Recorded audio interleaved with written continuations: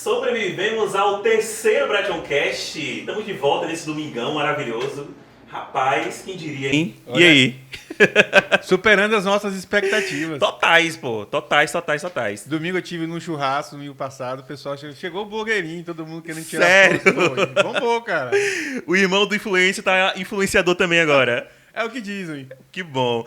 Rapaz, que massa, terceiro programa. Eu acho que a gente trilhou aí por um primeiro programa super promissor, bombou. O segundo nem se fala.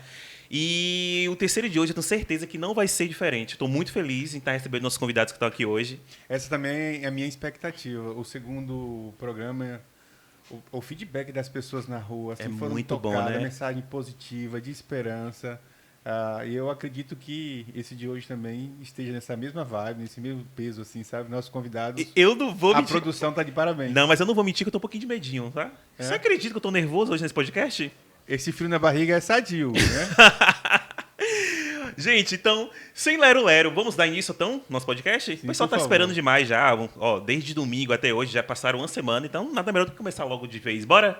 Arrebenta. Então, bora lá. Das escadas do Inácio Tosta Filho. Eu falo com prioridade porque foi minha amiga, é minha amiga, foi minha amiga há muito tempo atrás já conheci ela de longas datas, e hoje, pra mim, é um prazer estar aqui recebendo minha amiga. Eu vou tratar ela hoje no podcast como minha amiga, posso? Deve. Pronto.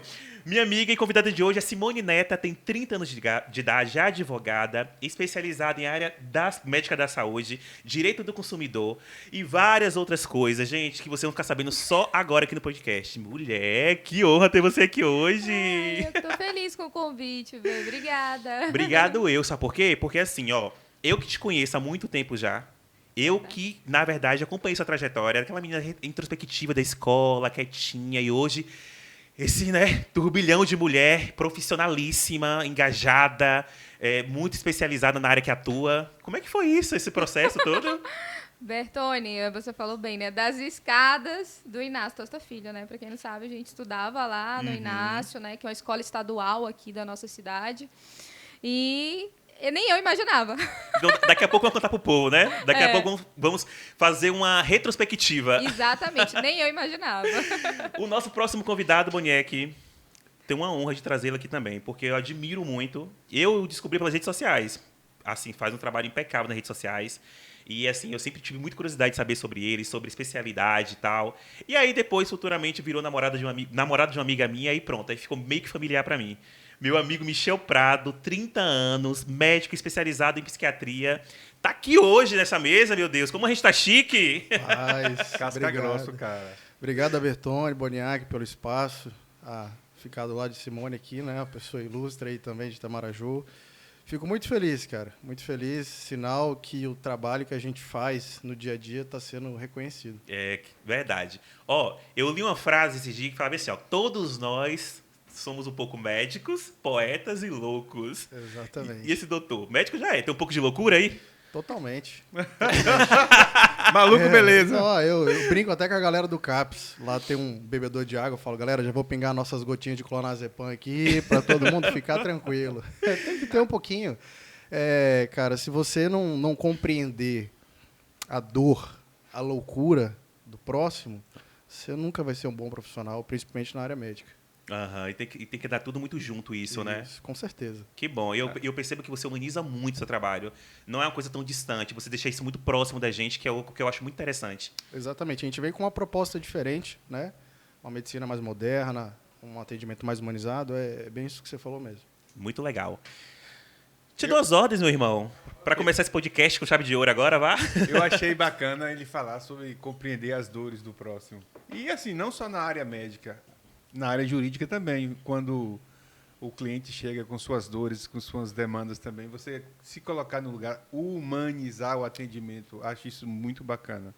E eu quero dar os parabéns a vocês, dizer que vocês são muito bem-vindos aqui e admirado pela idade de vocês. Vocês são muito novinhos. Obrigada. Tem essa carreira já construída. Tô com algumas horas de voo aí já, meu amigo. Eu conversei um pouco com você, fiz um esquenta ali, vi que você já é casca grossa. Eu tô castigado já. Queria saber como é que foi que surgiu para cada um de vocês a paixão pelas respectivas áreas de vocês, a começar pela senhorita, porque as madames, né, as senhoritas As damas primeiro, né? têm o privilégio de iniciar e com, como é que eu posso dizer, com uma particularidade.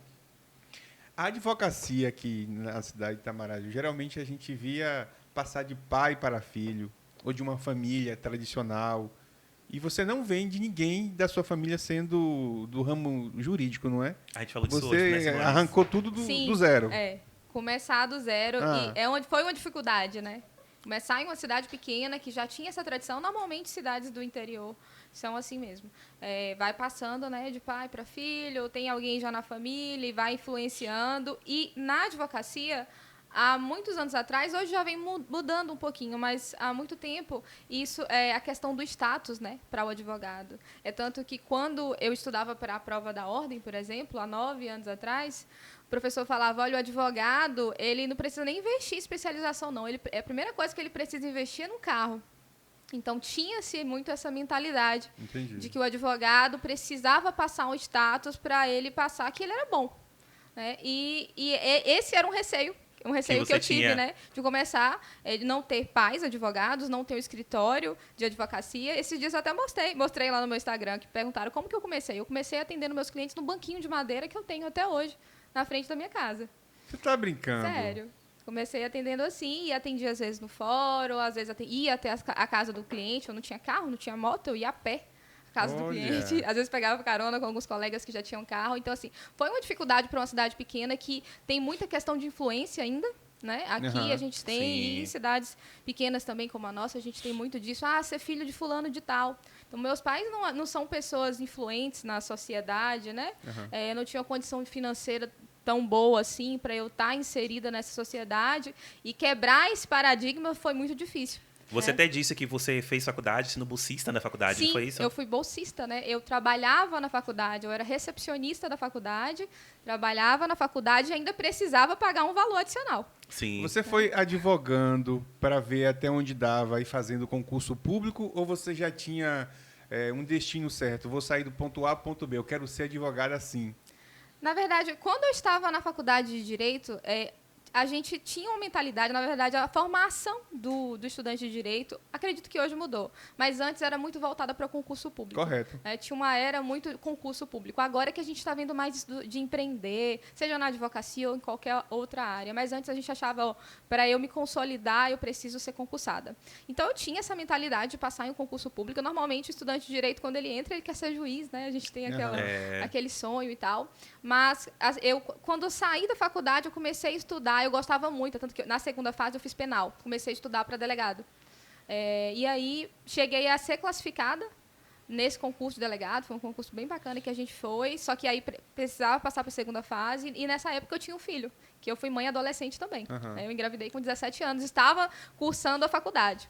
Então, assim, foram uma série... E deve ter sido muito mais difícil, né? Concluir. Não, muito mais difícil. E fui mãe solteira, né? Sim. Mulher, que garra. Não é nem o termo utilizado, que não, né, mãe solteira, mãe não é um estado civil, mas fui mãe solo, né?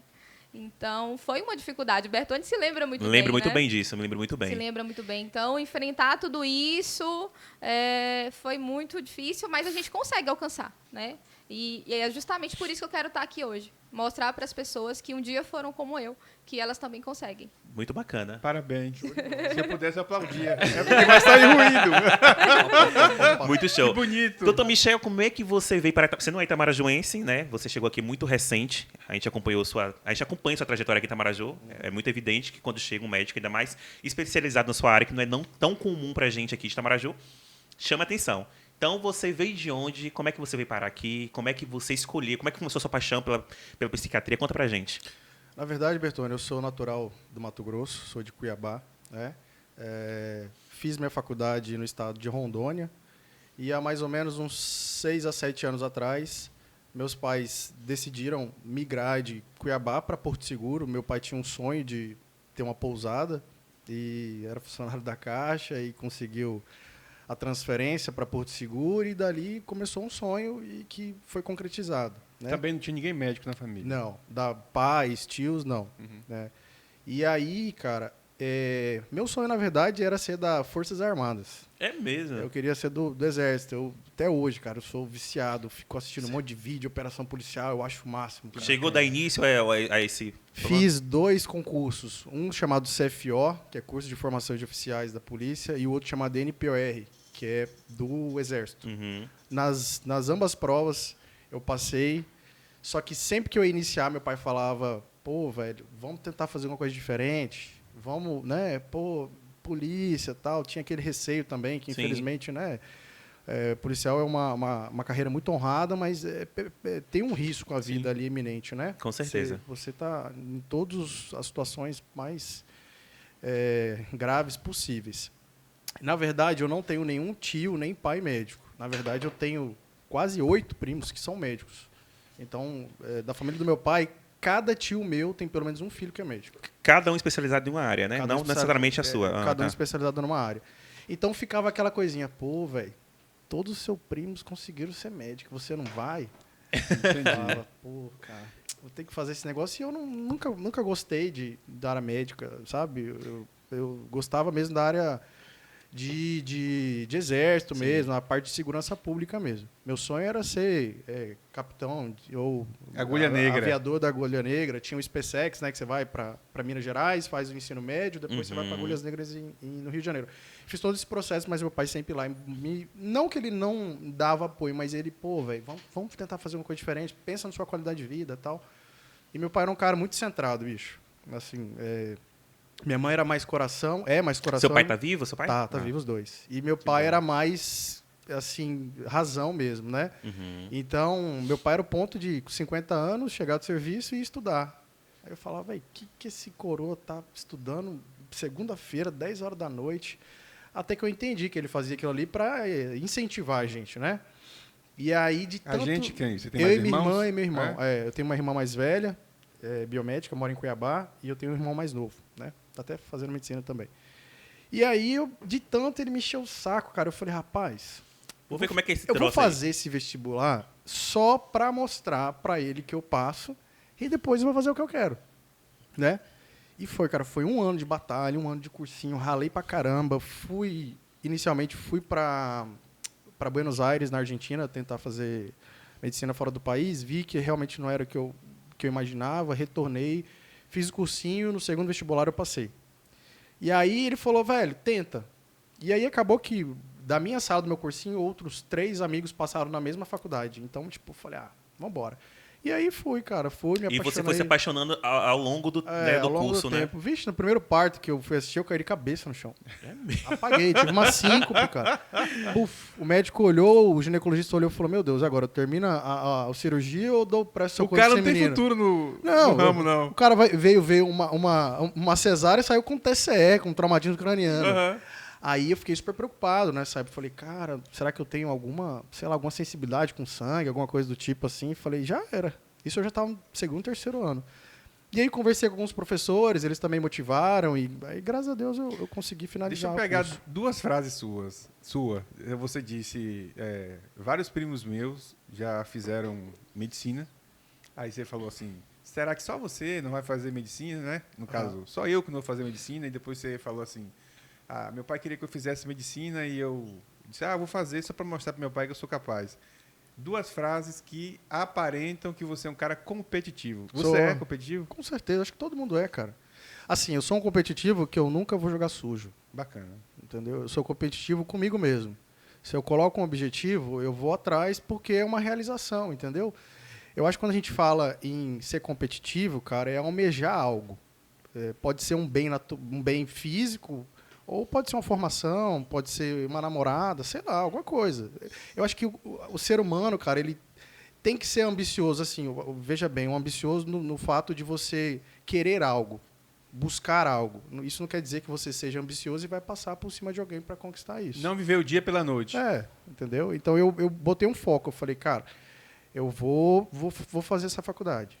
Entendeu? E aí deu certo, terminei, tudo tranquilo, me apaixonei e hoje eu não me vejo Fazendo outra coisa. Fazendo outra coisa, né? Aham. E a questão da psiquiatria que você perguntou, lá onde eu fiz faculdade era um centro acadêmico muito legal, bem estruturado. Às vezes as pessoas falam assim, pô, Rondônia, bicho, tem muita coisa que a gente não conhece no Brasil. Rondônia, da cidade que eu fiz, chama Cacoal. Cidade com um centro acadêmico, um hospital, escola, muito legal. E lá eu tive excelentes professores de todas as áreas, mas de psiquiatria me chamou muita atenção, cara, muito. Eu lembro o dia que eu falei, cara, eu quero fazer esse negócio. Nós fazíamos os ambulatórios, que são os atendimentos, né, especializados em cada área. E um belo dia, chegou um senhor de uns 45, 50 anos, e durante a consulta ele sempre se queixava da mulher dele, cara. Pô, minha mulher é isso, minha mulher é aquilo. Aí, beleza, na primeira consulta. Na segunda consulta, ele foi falando de novo da mulher.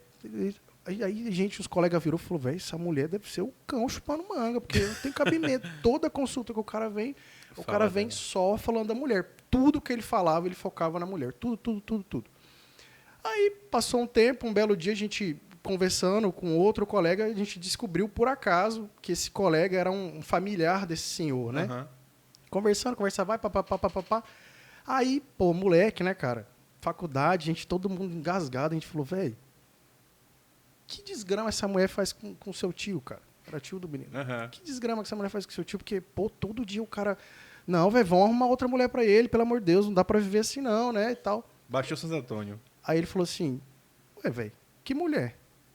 Eu falei, ué, a mulher dele, ele vai na consulta sempre reclamando dela. Mentira, que ele não tinha mulher. A mulher dele morreu há 10 anos. Nossa, Caramba. cara. O cara tinha um transtorno psiquiátrico e ele, na cabeça dele, a mulher dele ainda era viva, ele idealizava a mulher dele em outra mulher. Então ele achava... Pra você ver, eu falei, caramba, velho, que doideira, velho. Que doideira. Massa, gostei, vou fazer esse A negócio. mente humana, né? Muito O que é doido, capaz. cara. Muito. Eu falei, como assim, velho? Não, a mulher dele morreu há 10 anos, ele não tem mulher. Ele desenvolveu um transtorno psiquiátrico e desde então ele faz tratamento. Uhum. E ele vê a imagem de outra mulher como se fosse a dele. Entendi. Isso já gerou vários problemas na cidade, porque a mulher tá com um cara em um tal lugar, ele vai tentar agredir o cara porque acha que o cara tá com a mulher. Olha aí, cara. É, cara, até onde a mente humana vai. E nesse dia eu falei, putz, velho, É isso que eu quero. isso. Por quê? Lembra do competitivo? Sim. Psiquiatria não tem um exame específico. Você vai, bota o cara numa máquina e aí sai o diagnóstico. É olho a olho, cara. É conversando, olhando, vendo gestos, entendeu?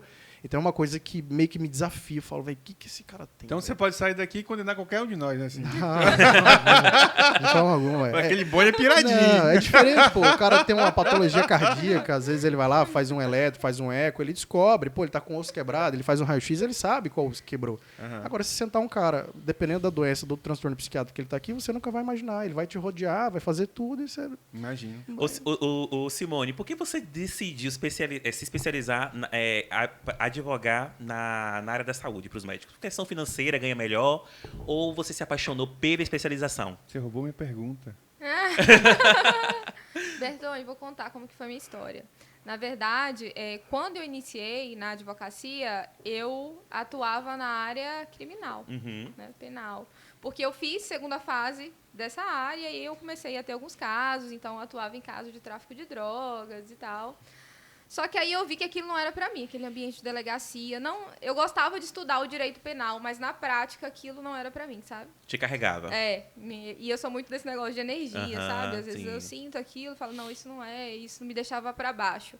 Aí eu falei, bom, tenho que atuar em outras áreas. E aí iniciei como advogada generalista, e aí começaram a aparecer muitos casos no escritório de direito do consumidor. E eu falei, bom, essa é uma área boa, que tem uma rotatividade legal. E aí eu comecei a atuar, me jogar no direito do consumidor, e aí me especializei em direito do consumidor. E na atuação do direito do consumidor, eu comecei a receber muitas questões voltadas para a área da saúde. Porque, por exemplo, a relação médico-paciente é uma relação de consumo para o judiciário. Então, ao ser analisado em um processo judicial, a gente vai ali analisar o CDC, que é o Código de Defesa do Consumidor, para a gente discutir a situação, enfim.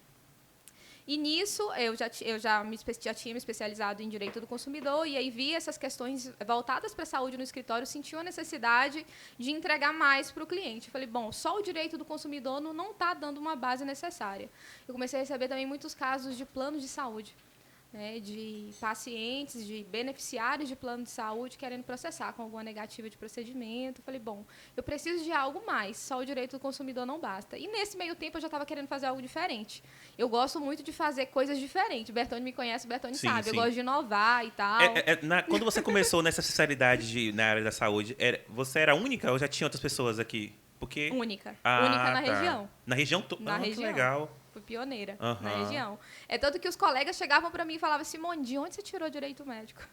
De onde você tirou esse negócio de direito médico? Isso aqui não dá nada, Eu não. não- Aqui no interior Tem muita isso não dá gente... dinheiro, não. Tem muita gente, tá? Tipo assim, isso aqui não é uma pergunta de uma pessoa leiga, não. Tem muita gente que não sabia, não sabe que existe essa especialidade direcionada. Inclusive, muitos médicos.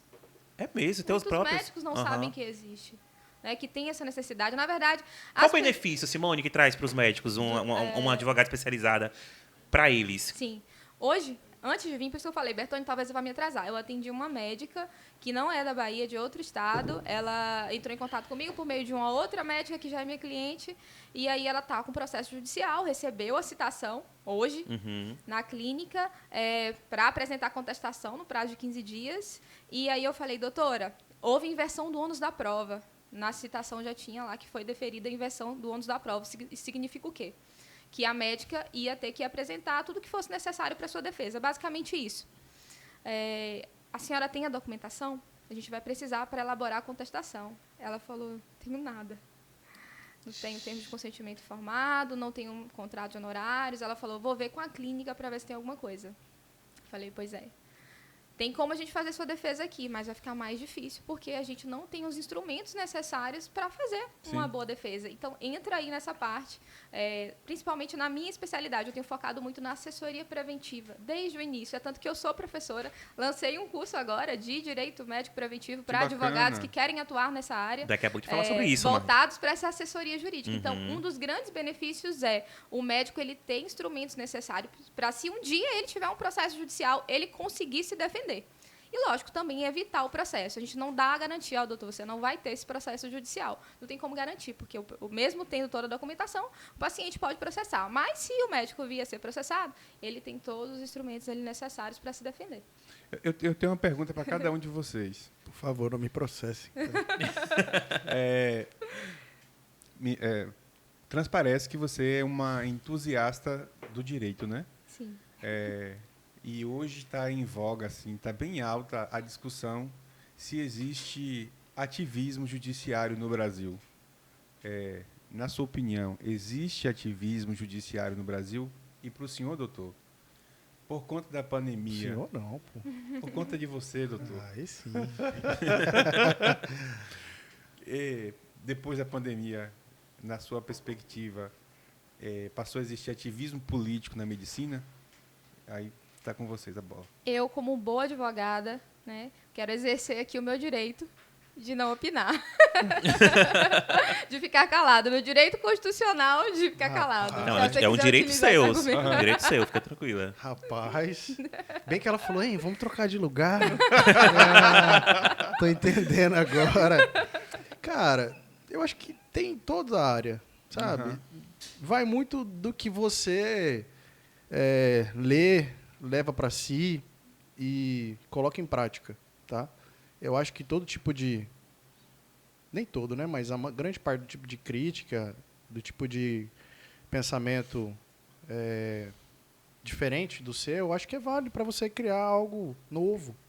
Se a gente não tivesse uma opinião diferente, se não tivesse uma forma de fazer qualquer tipo de coisa diferente, todo mundo ia se acomodar e não ia criar algo melhor. Eu vejo dessa forma. Eu acho, sim, que tem que ter partidos diferentes de política. Eu acho, sim, que tem que ter partidos diferentes de futebol. Se você não tiver um concorrente, você nunca vai querer melhorar, bicho. De verdade. Você nunca vai querer melhorar. Você vai estar bom do jeito que está, só tem você. Por que você vai querer melhorar? Entendeu? Verdade. Eu vejo por esse lado. Uhum. Eu acho que é importante o papel do aspas Divergir. adversário, aspas, tá? Uhum. Não chega a ser um adversário, chega a ser um colega, mas ali você, né, de certa forma, um tá somando com o outro. Porque todo mundo vai se sentir no dever de melhorar. Eu acho que é isso aí. Bacana. Muito bom. Ele vai numa parte polêmica, eu já vou dar uma quebrada no clima, que já ficou um pouquinho tenso. O povo de casa odeia que eu faço isso, já sei já. Mas vamos quebrar um pouquinho o clima, gente. Bora falar sobre atualidade, redes sociais, né? Como é que vocês conseguem trazer o trabalho de vocês para tanta gente assistir, se comunicar de uma maneira tão leve, tão sutil? Simone, por exemplo, eu acompanho os dois, lógico, né? Você e Simone. Simone, você especificamente, como é que você consegue agregar seu trabalho profissional como advogada? Você leva para esse meio também sua vida um pouco pessoal, que eu vejo lá que você abre caixinhas para responder sobre seu perfume. Em seu público, seu perfume já é viralizado, seus batons, enfim. Como é que você consegue associar isso aí, seu lado pessoal com o lado advogada, e casar tão bem pra gente que está assistindo? Então, B, o que acontece? Eu sempre gostei de redes sociais, né? Sempre gostei. Esse Instagram que eu tenho é bem antigo, né? Então, meu Instagram tem um número, assim, significativo de pessoas, de seguidores, mas ele é bem antigo. Então, inicialmente, eu utilizava o Instagram só para mostrar prato de comida, né? Que a maioria das pessoas no início do Instagram era assim, né? A gente só mostrava os pratos de comida. Ou a roupa que ganhava. Roupa, quase nada, era mais Facebook. Mas o meu posicionamento no Instagram é muito forte e isso mudou no ano de... Na verdade, no ano de 2018, eu comecei a mostrar mais da minha rotina da advocacia. E a mesclar isso, mas sem nenhuma estratégia. Não entendia nada de marketing jurídico, nada. Ia no achismo, né? Só postava no achismo, porque eu queria mesmo que eu gostava. Isso em 2018. Em 2019, eu comecei a estudar bastante marketing. Marketing no total e, logicamente, o marketing jurídico. Como é que virou a chavinha para você que o marketing casaria bem com a área que você atua?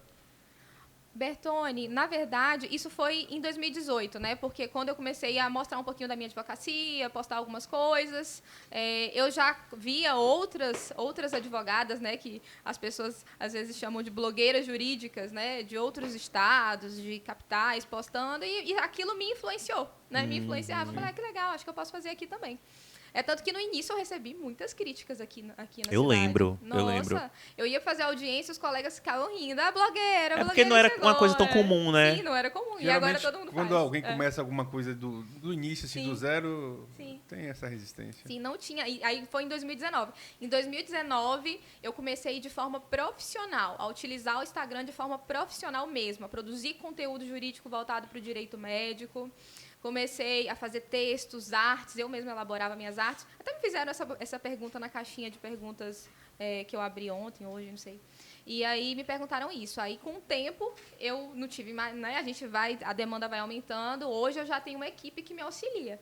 Né, porque eu já tenho outros projetos, sou professora de Direito Médico, sou professora em 2 especializações. Então você se preocupa muito com a aparência hoje foi muito importante, visual. Você consegue diferenciar até onde é necessário para o marketing do empreendedorismo do seu negócio e até onde começa a vaidade do views no Instagram, por exemplo? Sim. Porque isso é uma linha muito tênue, isso é muito difícil. Porque a gente gosta disso. Sim, o ser humano gosta, o ser humano é vaidoso, né? Mas as pessoas, principalmente quem está começando, às vezes eu até falo com as minhas alunas, falo, gente, comece a produzir conteúdo. Por exemplo, essa médica que eu conversei hoje, ela veio por conta de uma outra médica que me conheceu por conta de redes sociais. Então, assim, comece a produzir conteúdo porque talvez vai ser a sua oportunidade. Mas às vezes a pessoa fala, mas eu tenho poucos seguidores, eu recebo poucas curtidas, mas não é isso que importa. Né? O que importa são os seus resultados. Então, eu comecei também pequena, né? Eu tinha poucos seguidores, eu tinha pouca bagagem até para mostrar ali no meu Instagram.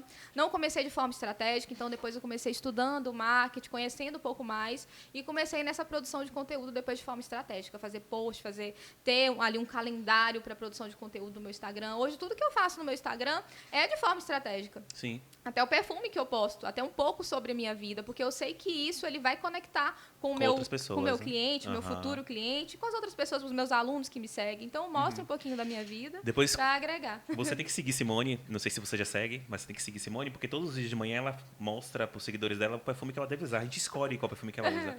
Inclusive, quero te perguntar, que perfume você está aqui usando hoje aqui no Bratocast? Perfume especial, né? É o Lanterdi da Givenchy. Por que você escolheu esse perfume? Então, porque eu acho que esse é um perfume marcante, né? E eu acho que essa noite seria uma noite realmente marcante, que é um perfume que eu gosto mesmo. E eu, assim, eu tenho vários perfumes porque eu enjoo muito fácil, né, de fragrância. Então, e eu gosto também, aquilo me faz bem, sabe? É algo terapêutico pra mim, doutor Michel. A gente vai fazer um corte. Vamos fazer uma consulta aqui, que é isso? Fazer um corte pro podcast. Perfume para o podcast. Pro Bratiocast. Como é o nome? Como é o nome? O perfume? Lanterdi, da Givenchy. Agora repete. Não sei nem falar esse nome. Perfume para o Bratiocast. Quem sabe você é garoto propaganda já dá pra fazer um corte dela falando isso e o perfumezinho do lado, né? Gente, quem sabe? E se vender bem... Se a Givenchy me chama, né? Me lógico. patrocina a Givenchy, por favor. Doutor Michel, por outro lado, não é tão comum também te ver um médico que grava rios, né? Que se engaja de maneira igual você se engaja também. Como é que você conseguiu levar esse assunto tão sério que é a psiquiatria para redes sociais?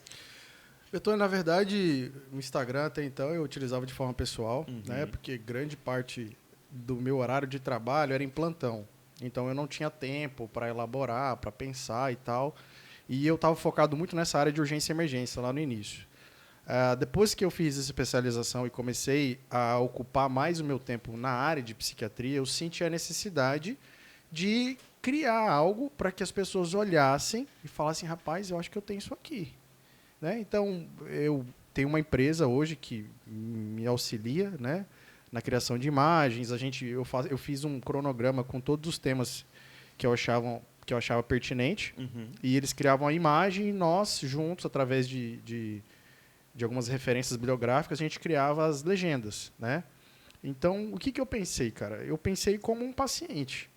O que eu falei? O que o paciente quer ver? Ele quer olhar para uma imagem que chame a atenção e que ele se coloque naquele lugar. Igual hoje, eu postei sobre a síndrome disfórica pré-menstrual, né?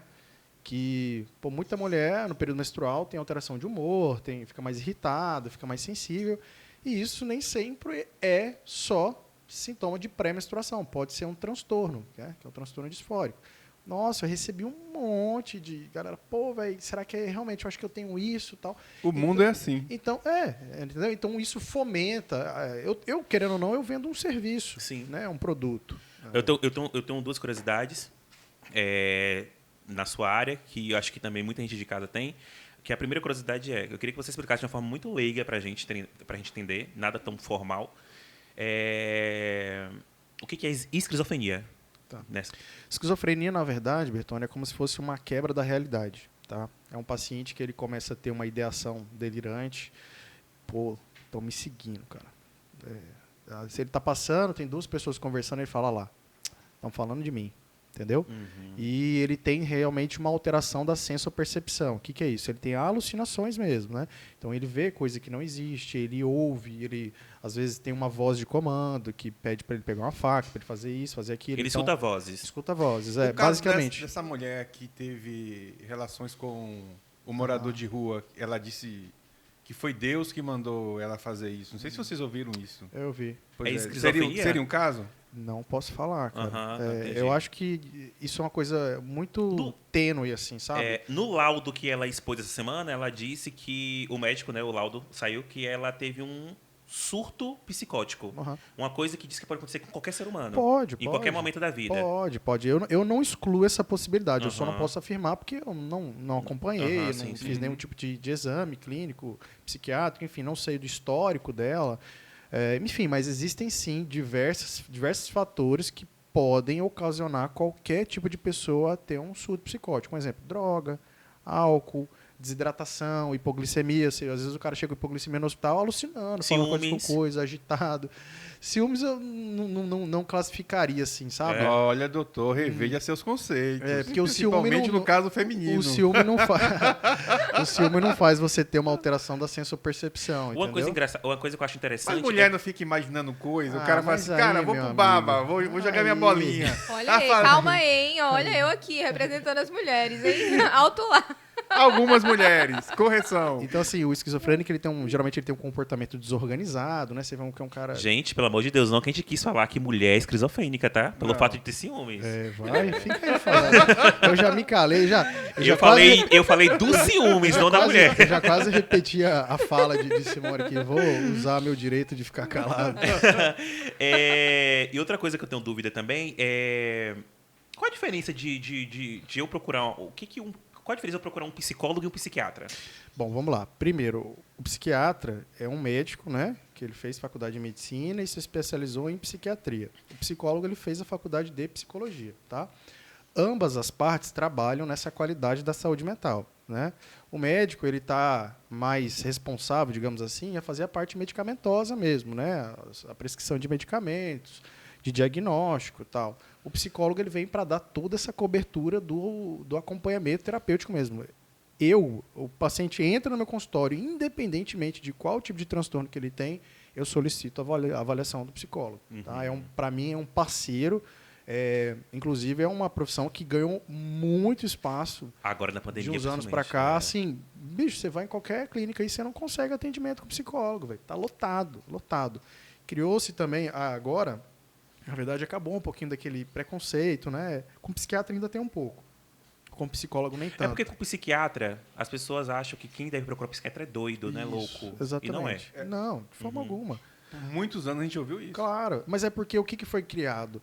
A imagem de filmes, né? Sim, a sim. história que o povo acha que vai entrar no consultório, vai estar um cara doido lá, cabelo pra cima, tudo bagunçado. Aí às vezes olha pra mim e fala, até que tá arrumadinho isso aí. Entende? Então, assim, foi algo que foi criado pela mídia, por filmes, né? Até os antigos psiquiatras, eles tinham uma aparência um pouquinho desorganizada e tal. Isso até, brincando, a gente fala na faculdade, dá pra você saber bem quem é a galera da dermatologia, quem é a galera do psiquiatra. A dermatologia, todo mundo arrumadinho e tal, os psiquiatras tudo lá, desleixado, andando. Então, criou-se esse paradigma, né? Deu um padrão, né? Mas hoje, graças a Deus, isso já está começando a ser quebrado já, tá? Então, é por isso que, às vezes, eu até invisto no atendimento, evito colocar muito psiquiatra. Eu estou até não atendendo de jaleco. Pô, às vezes a pessoa chega e fala, pô, doutor, mas você não está de jaleco? Porque eu atendo todo tipo de paciente. Então, imagina você, um paciente que tem uma quebra da realidade. Que tudo que você fala, as pessoas falam que você é doido, que você não está vendo. Se ele ir para um consultório escrito psiquiatra, chegar lá, tá um cara todo de branco, ele vai falar, vocês estão me achando que eu sou doido, né? Verdade. Então, isso já é uma estratégia. Que ele chega lá e ele fala, eu vou consultar com um advogado, tô de terno, acho que é uma consulta clínica. Então, ele já se sente mais confortável, entendeu? Então, são táticas que a gente utiliza para deixar o paciente mais confortável mesmo, né? Entendi. Isso é humanizar, né? Isso é humanizar. É algo legal.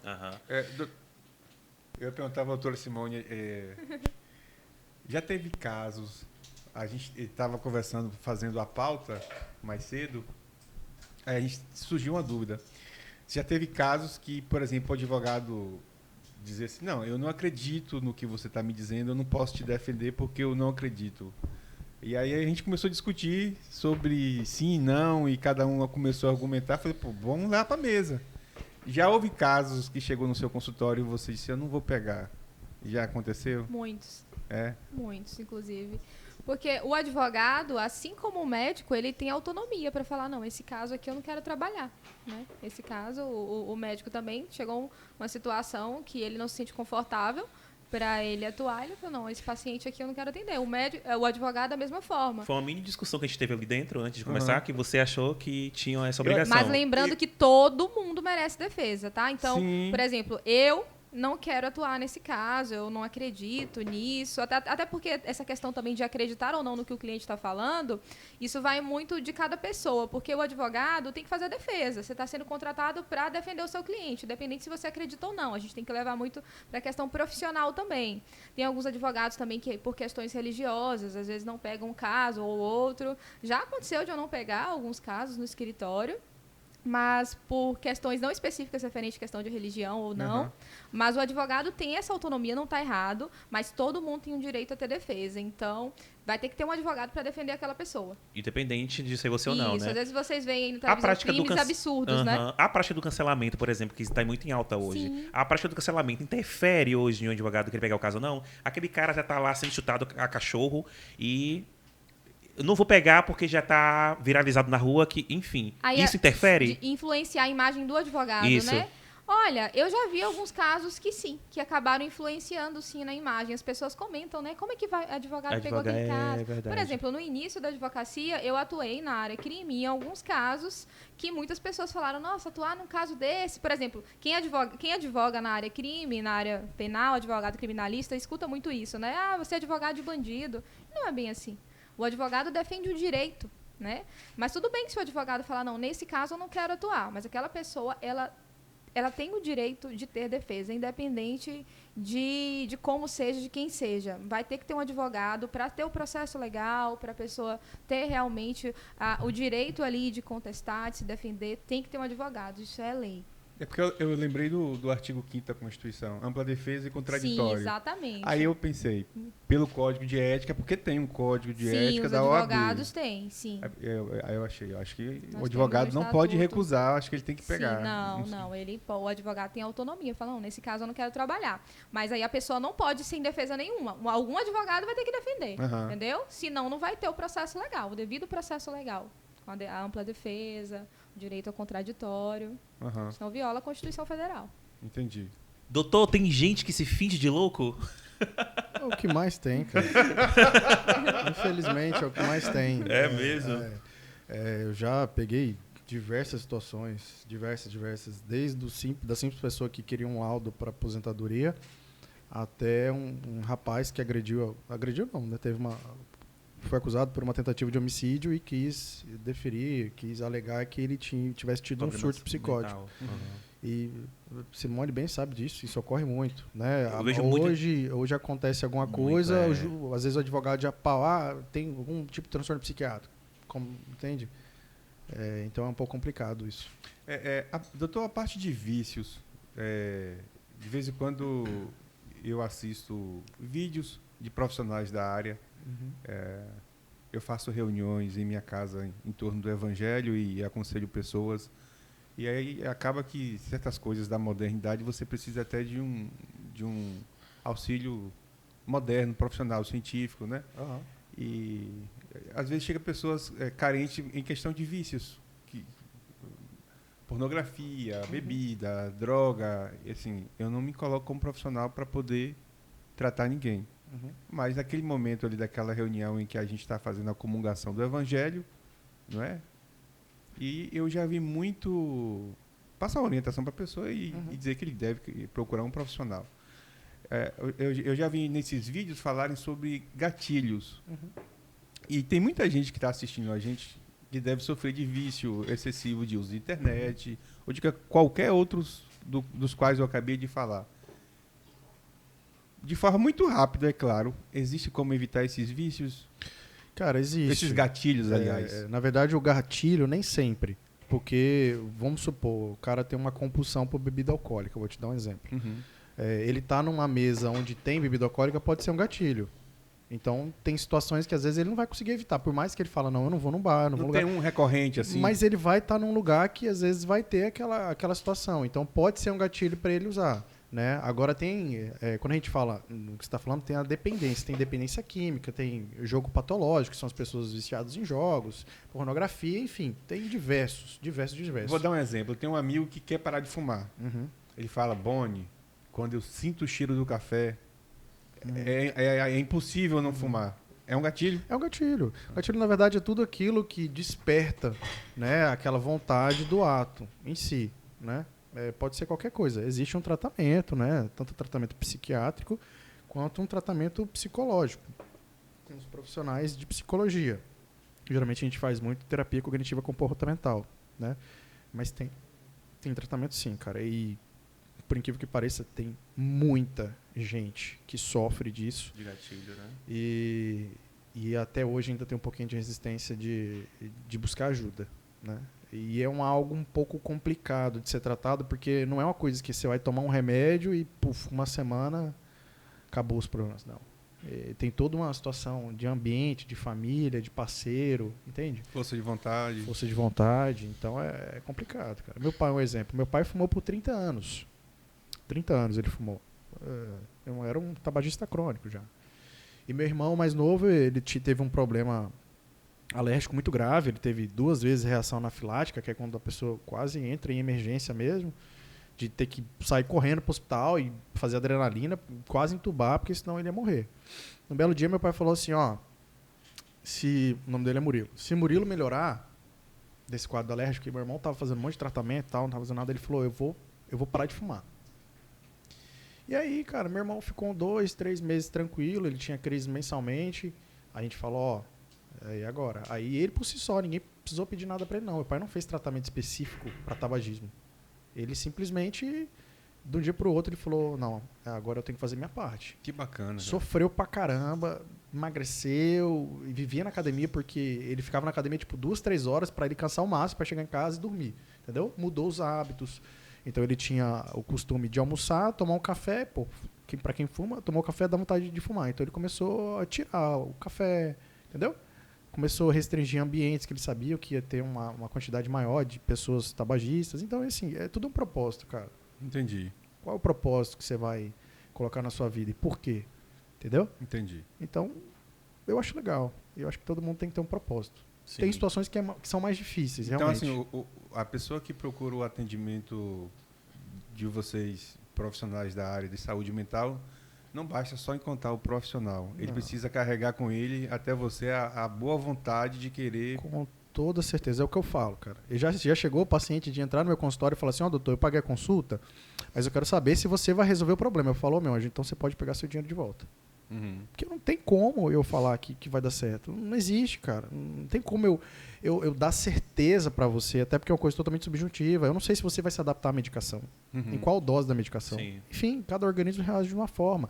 É lógico que a gente estuda, né? Tem todo um trabalho baseado em evidência, né?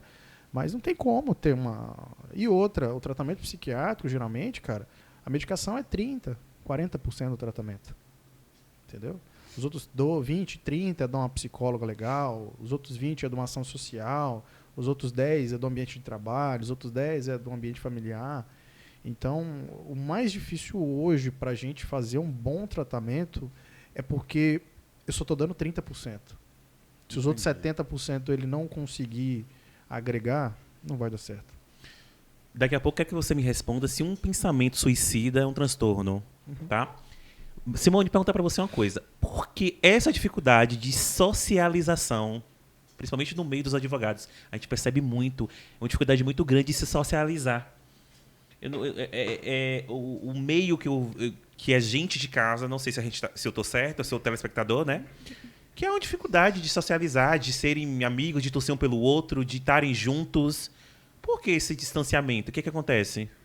Olha, Bertone, eu acho que a advocacia é uma classe muito desunida. Uhum. Na verdade, acho que a maioria dos advogados acreditam nisso. Eu acredito, né, que seja pelo fato de que os advogados passaram a acreditar numa máxima, né? A advocacia está saturada. A gente escuta muito falar isso. A advocacia está saturada. Então, os advogados, eles têm medo de perder clientes, né? Muitos têm medo de perder clientes, acham que estão numa competição ali, quando, na verdade, se a gente agregar, fizer parcerias, todos acabam ganhando. Mas ainda tem muito disso, principalmente cidades pequenas, que tem muitos advogados, né? Então, eles acreditam que o colega é um concorrente, quando, na verdade, o colega pode ser um parceiro. Você se incomoda? Com o quê? Com esse distanciamento? Assim? Olha, aqui na nossa cidade, eu sinto que a advocacia é bem parceira. Tanto que a gente tem, por exemplo, a Festa dos Advogados, sim, né? Sim. É uma festa que marcou, né? Que ficou realmente no calendário. Provavelmente esse ano vai ter novamente, porque parou por conta da pandemia. Mas eu sou parte integrante da OAB, eu sou presidente da Comissão de Direito Médico e da Saúde da OAB, da subseção de Itamaraju. Então, volta e meia, a gente tem alguns eventos voltados para a advocacia, para os advogados. Eu tento ajudar, tanto que no meu perfil, como eu sou professora, aparecem muitos advogados precisando de ajuda. Como que eu vou fazer para conduzir esse caso? Como que eu vou fazer? Chegou aqui no meu escritório, eu nunca fiz essa ação. E eu sempre ajudo, né, pelo fato de gostar de ensinar, né? Eu venho de uma família de professores, né? Minha mãe é professora, minhas tias são professoras, eu gosto de ensinar. E eu sempre tentei trazer isso. Mas, realmente, ainda tem essa mentalidade em alguns colegas. Aqui em Itamaraju, eu sinto que isso vem mudando, e a OAB tem feito um trabalho bem bacana de realmente tentar ali juntar os advogados, fazer eventos para que todos estejam juntos, mas ainda tem essa mentalidade, eu acho que isso é muito do ser humano, né? Vai muito também do perfil de cada um, às vezes a pessoa enxerga aquele colega O como fato de você concorrente. sobressair muito nessa questão de mídia mesmo, das redes sociais, de você estar sempre em evidência, em pauta, nos assuntos, ser referência no que faz, causa um certo distanciamento da área, das pessoas da área com você? Prego que e se torta a cara, fala, viu ih, ela chegou. Já viu aquele ditado? Prego que se destaca é o que mais mais leva martelada. martelada. Eu levo martelada diariamente. Né? Eu levo martelada o tempo inteiro. Calejou. Sim, eu calejei. E eu já não me importo mais. Na verdade, eu nunca me importei. Mas, principalmente porque eu sei o que eu estou fazendo. Eu estou trabalhando. Eu sempre falo, eu estou aqui correndo atrás do meu pão de cada dia. Do sustento do meu filho e da minha família. Sim, sim, Não estou sim. fazendo nada de errado. Tudo que eu faço é dentro do código de ética, dentro do nosso estatuto. Então, e utilizar o marketing não é errado, né? O advogado pode fazer marketing jurídico, assim como o médico pode fazer o marketing médico. Então, já levei muita martelada, mas eu ignoro. E hoje eu ajudo os colegas, né? Muitos colegas que antes viravam a cara ou hoje... faziam chacota, hoje, como é que faz isso? Como é que faz aquilo? E aí a gente vai. Eu também. Doutor, a gente batia um papo e você falava comigo que estava à frente da linha do combate ao Covid naquela época. Diante do que tu viu em Itamaraju e nas demais cidades onde você atendeu, para o que foi a pandemia, existiria algum tipo de estrutura para que tu dissesse assim, se a gente tivesse aqui, a gente estava pronto para poder enfrentar essa crise ou essa pandemia ou não? Boniek, nada que a gente tivesse poderia enfrentar o que foi o Covid-19 aqui no Brasil. Pelo menos aqui na Bahia, não é? Que é a sua área de atuação. Eu vou te responder isso fazendo outra pergunta. Você acha que hoje, se o Brasil entrasse numa guerra, você estaria preparado? Não. Ninguém está preparado para uma pandemia. Nem o país de primeiro mundo. Você via que na Itália, nos Estados Unidos, morria por dia 1.000, 2.000 pessoas, entendeu? Porque foi uma situação, cara, que desafiou todo mundo, né? Você ir para uma guerra com um adversário invisível, que você não tinha as armas adequadas para lutar contra ele, e mais ou menos que como se ele já soubesse de todas as seus treinamentos, todos os seus golpes. Então você ficava totalmente ali, exposto, né? E foi algo muito abrupto, cara. Eu falo para você com total segurança, cara. Infelizmente, não teria não, tá? Eu falo isso porque eu tenho colegas que trabalham em São Paulo, no Albert Einstein, no Sírio-Libanês, no HCOR, hospitais de referência no tratamento de qualquer tipo de patologia, e morreu muita gente. Rico, pobre, tem gente que gastou 3, 2 milhões e morreu. Foi porque não teve assistência? Foi porque não teve bons aparelhos? Não, bicho. Foi porque a doença, ela foi maçante. Entende? Teve algum momento que você teve medo? Tipo, tanto de contrair a doença, levar para dentro de casa, ou que fosse assim, cara, vai pegar geral e vai laminar todo mundo. Cara, o medo é o que nos faz vivo, né? É importante você ter medo. Na verdade, medo eu não sei se eu tive, não. Na verdade, eu tive receio. Eu acho que essa é a palavra. Quando começou a pandemia, eu recebi um convite da até então administradora da UTI lá de Onápolis. E ela falou, um dia eu fui levar um paciente aqui de Itamaraju para lá. Aí ela falou, cara, você não quer vir trabalhar? A gente tá precisando de médico, tem um pouquinho de experiência e tal. E eu fiquei um pouquinho com medo. Ela falou, mas eu te coloco na enfermaria. Enfermaria eram os pacientes mais leves e tal. Falei, bora. Desafio, vamos conhecer alguma coisa nova, vamos entrar para dentro. E eu comecei na enfermaria, fiz um plantão, no segundo plantão ela falou, opa, você já vai para UTI. Caramba! Você tem mão, tal, você já faz procedimento, você já está acostumado com pronto-socorro, está acostumado com entubar, fazer acesso central. Bora, a gente tá precisando da UTI. Eu falei, velho, não dá. Entubar é o que a gente realmente pensa, é colocar um cano na garganta da pessoa? Na traqueia, né, na verdade. Vai para via aérea, que joga o ar dentro do pulmão, né? Mais ou menos o que? Isso aqui assim? Mais ou menos isso. É um tubo desse tamanho, assim. É muito evasivo. Muito, muito. Você tem que ter um preparo, um conhecimento, saber usar droga, enfim, muita coisa. Então, assim, foi uma pandemia, cara, que foi muito intensa pelo fato de a doença, ela agir de forma muito rápida, entendeu? Teve situação do cara chegar 9 horas da manhã no hospital com desconforto respiratório, chegava lá, colocava um catetezinho nasal, 10 da manhã. Quando era 3 da tarde, 4 da tarde, ele já estava começando a fadigar, ele já aquela quantidade de oxigênio pelo cateter já não era o suficiente, ele tinha que ir para uma máscara, 3 da tarde. Quando era meia-noite, ele estava sendo entubado. Nossa. 5 da manhã ele morria. É um trem assim, velho, que era doideira. Tinha dia na UTI que morria 5. Teve um dia que eu tava lá que morreu 6. Eu fiquei desesperado. Eu falei, velho, eu vou embora, não tem cabimento. Como é que eu vou fazer 6 dela? Eu vou ligar pra 6 famílias falar que o cara morreu. Então, assim... E a responsabilidade de ligar era toda nossa. É sua? Aí, lógico, a gente, o médico, o plantonista tem que ligar e avisar. Então, eu fiquei... Quando eu completei 6 meses na UTI lá, que eu já tava, com uma mão legal, já tava conhecendo... Porque o que acontece, cara? Quando você vai fazer qualquer tipo de tratamento... Desculpa, é porque é muito interessante isso. Tá, você pega o telefone e liga. E você já tem, tipo, um textozinho pré-definido para falar? Ou... Não, o que acontece? Porque, assim, geralmente quando a gente passa o boletim médico, tem um horário meio que específico, geralmente é no fim da tarde. Então, você liga pra família às 6 da manhã, a mulher já atendia chorando já. Entendi. Ela falou, por que tá me ligando às 6 da manhã? Sempre me liga às 5 da tarde. Porque os exames chegam 10 da manhã, 9 da manhã, entendeu? Então, você tinha que esperar, pô, a pessoa... É tenso, cara. Eu vou te falar, acho que a pior parte pra mim é dar notícia. Então, depois que eu fiz 6 meses na UTI, o Covid aqui em Itamaraju começou a bombar muito, cara. Muito, assim, de ter muita gente internada. Aí, juntou a comissão do diretor do hospital, diretor clínico, prefeito, secretário de saúde, e tinha necessidade de colocar um médico que fizesse um trabalho de horizontal.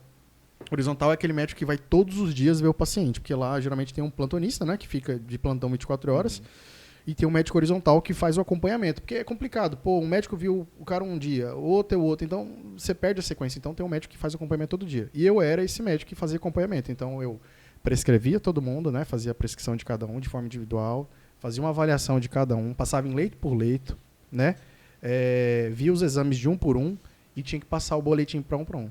Para cada família. Então, você imagina, chegou uma época em Itamaraju que tinha 30 pessoas internadas. Eu tinha que passar boletim para 30 famílias. Que loucura. Foi um momento assim, velho, que, de certa forma, eu fiquei feliz pela confiança, né, de ter me colocado, porque era uma situação que, pô, tava todo mundo tomando pancada. Acabou ali. sendo também uma experiência de vida, né? Foi, tava todo mundo tomando pancada. Então, assim, o cara que entrasse ali, ele podia preparar as costas que ele ia tomar pancada também. Sim. Entendeu? Porque, infelizmente, morreu. A culpa é de quem? Pô, do médico. Eu não sei como fazer a pergunta, mas acho que o público vai me entender e você também vai me entender. É porque eu não sei como fazer. Mas, comparado às outras cidades onde você clinicou e também ficou sabendo através dos seus colegas médicos, Itamaraju se saiu bem? Ó, quero deixar uma coisa bem clara aqui. Isso não tem nada a ver com política. Tá? Eu vou falar realmente da parte prática. Tá? Eu tinha um grupo onde tinham colegas de todos os estados e a gente trocava muita informação. Tá? E eu tenho um conhecimento das cidades aqui do extremo sul. Né? Não dá para comparar com um lugar que tem UTI, porque a UTI é uma situação, uma estrutura, né, diferenciada, você tem profissionais mais qualificados para aquela função, você tem uma estrutura hospitalar diferente. Tá? Agora, bicho, eu posso te afirmar com todas as palavras. Itamaraju, da região aqui, dessas cidades próximas, era melhor. Tanto é que a gente recebia carro adesivado de outras cidades deixando o paciente na frente do hospital.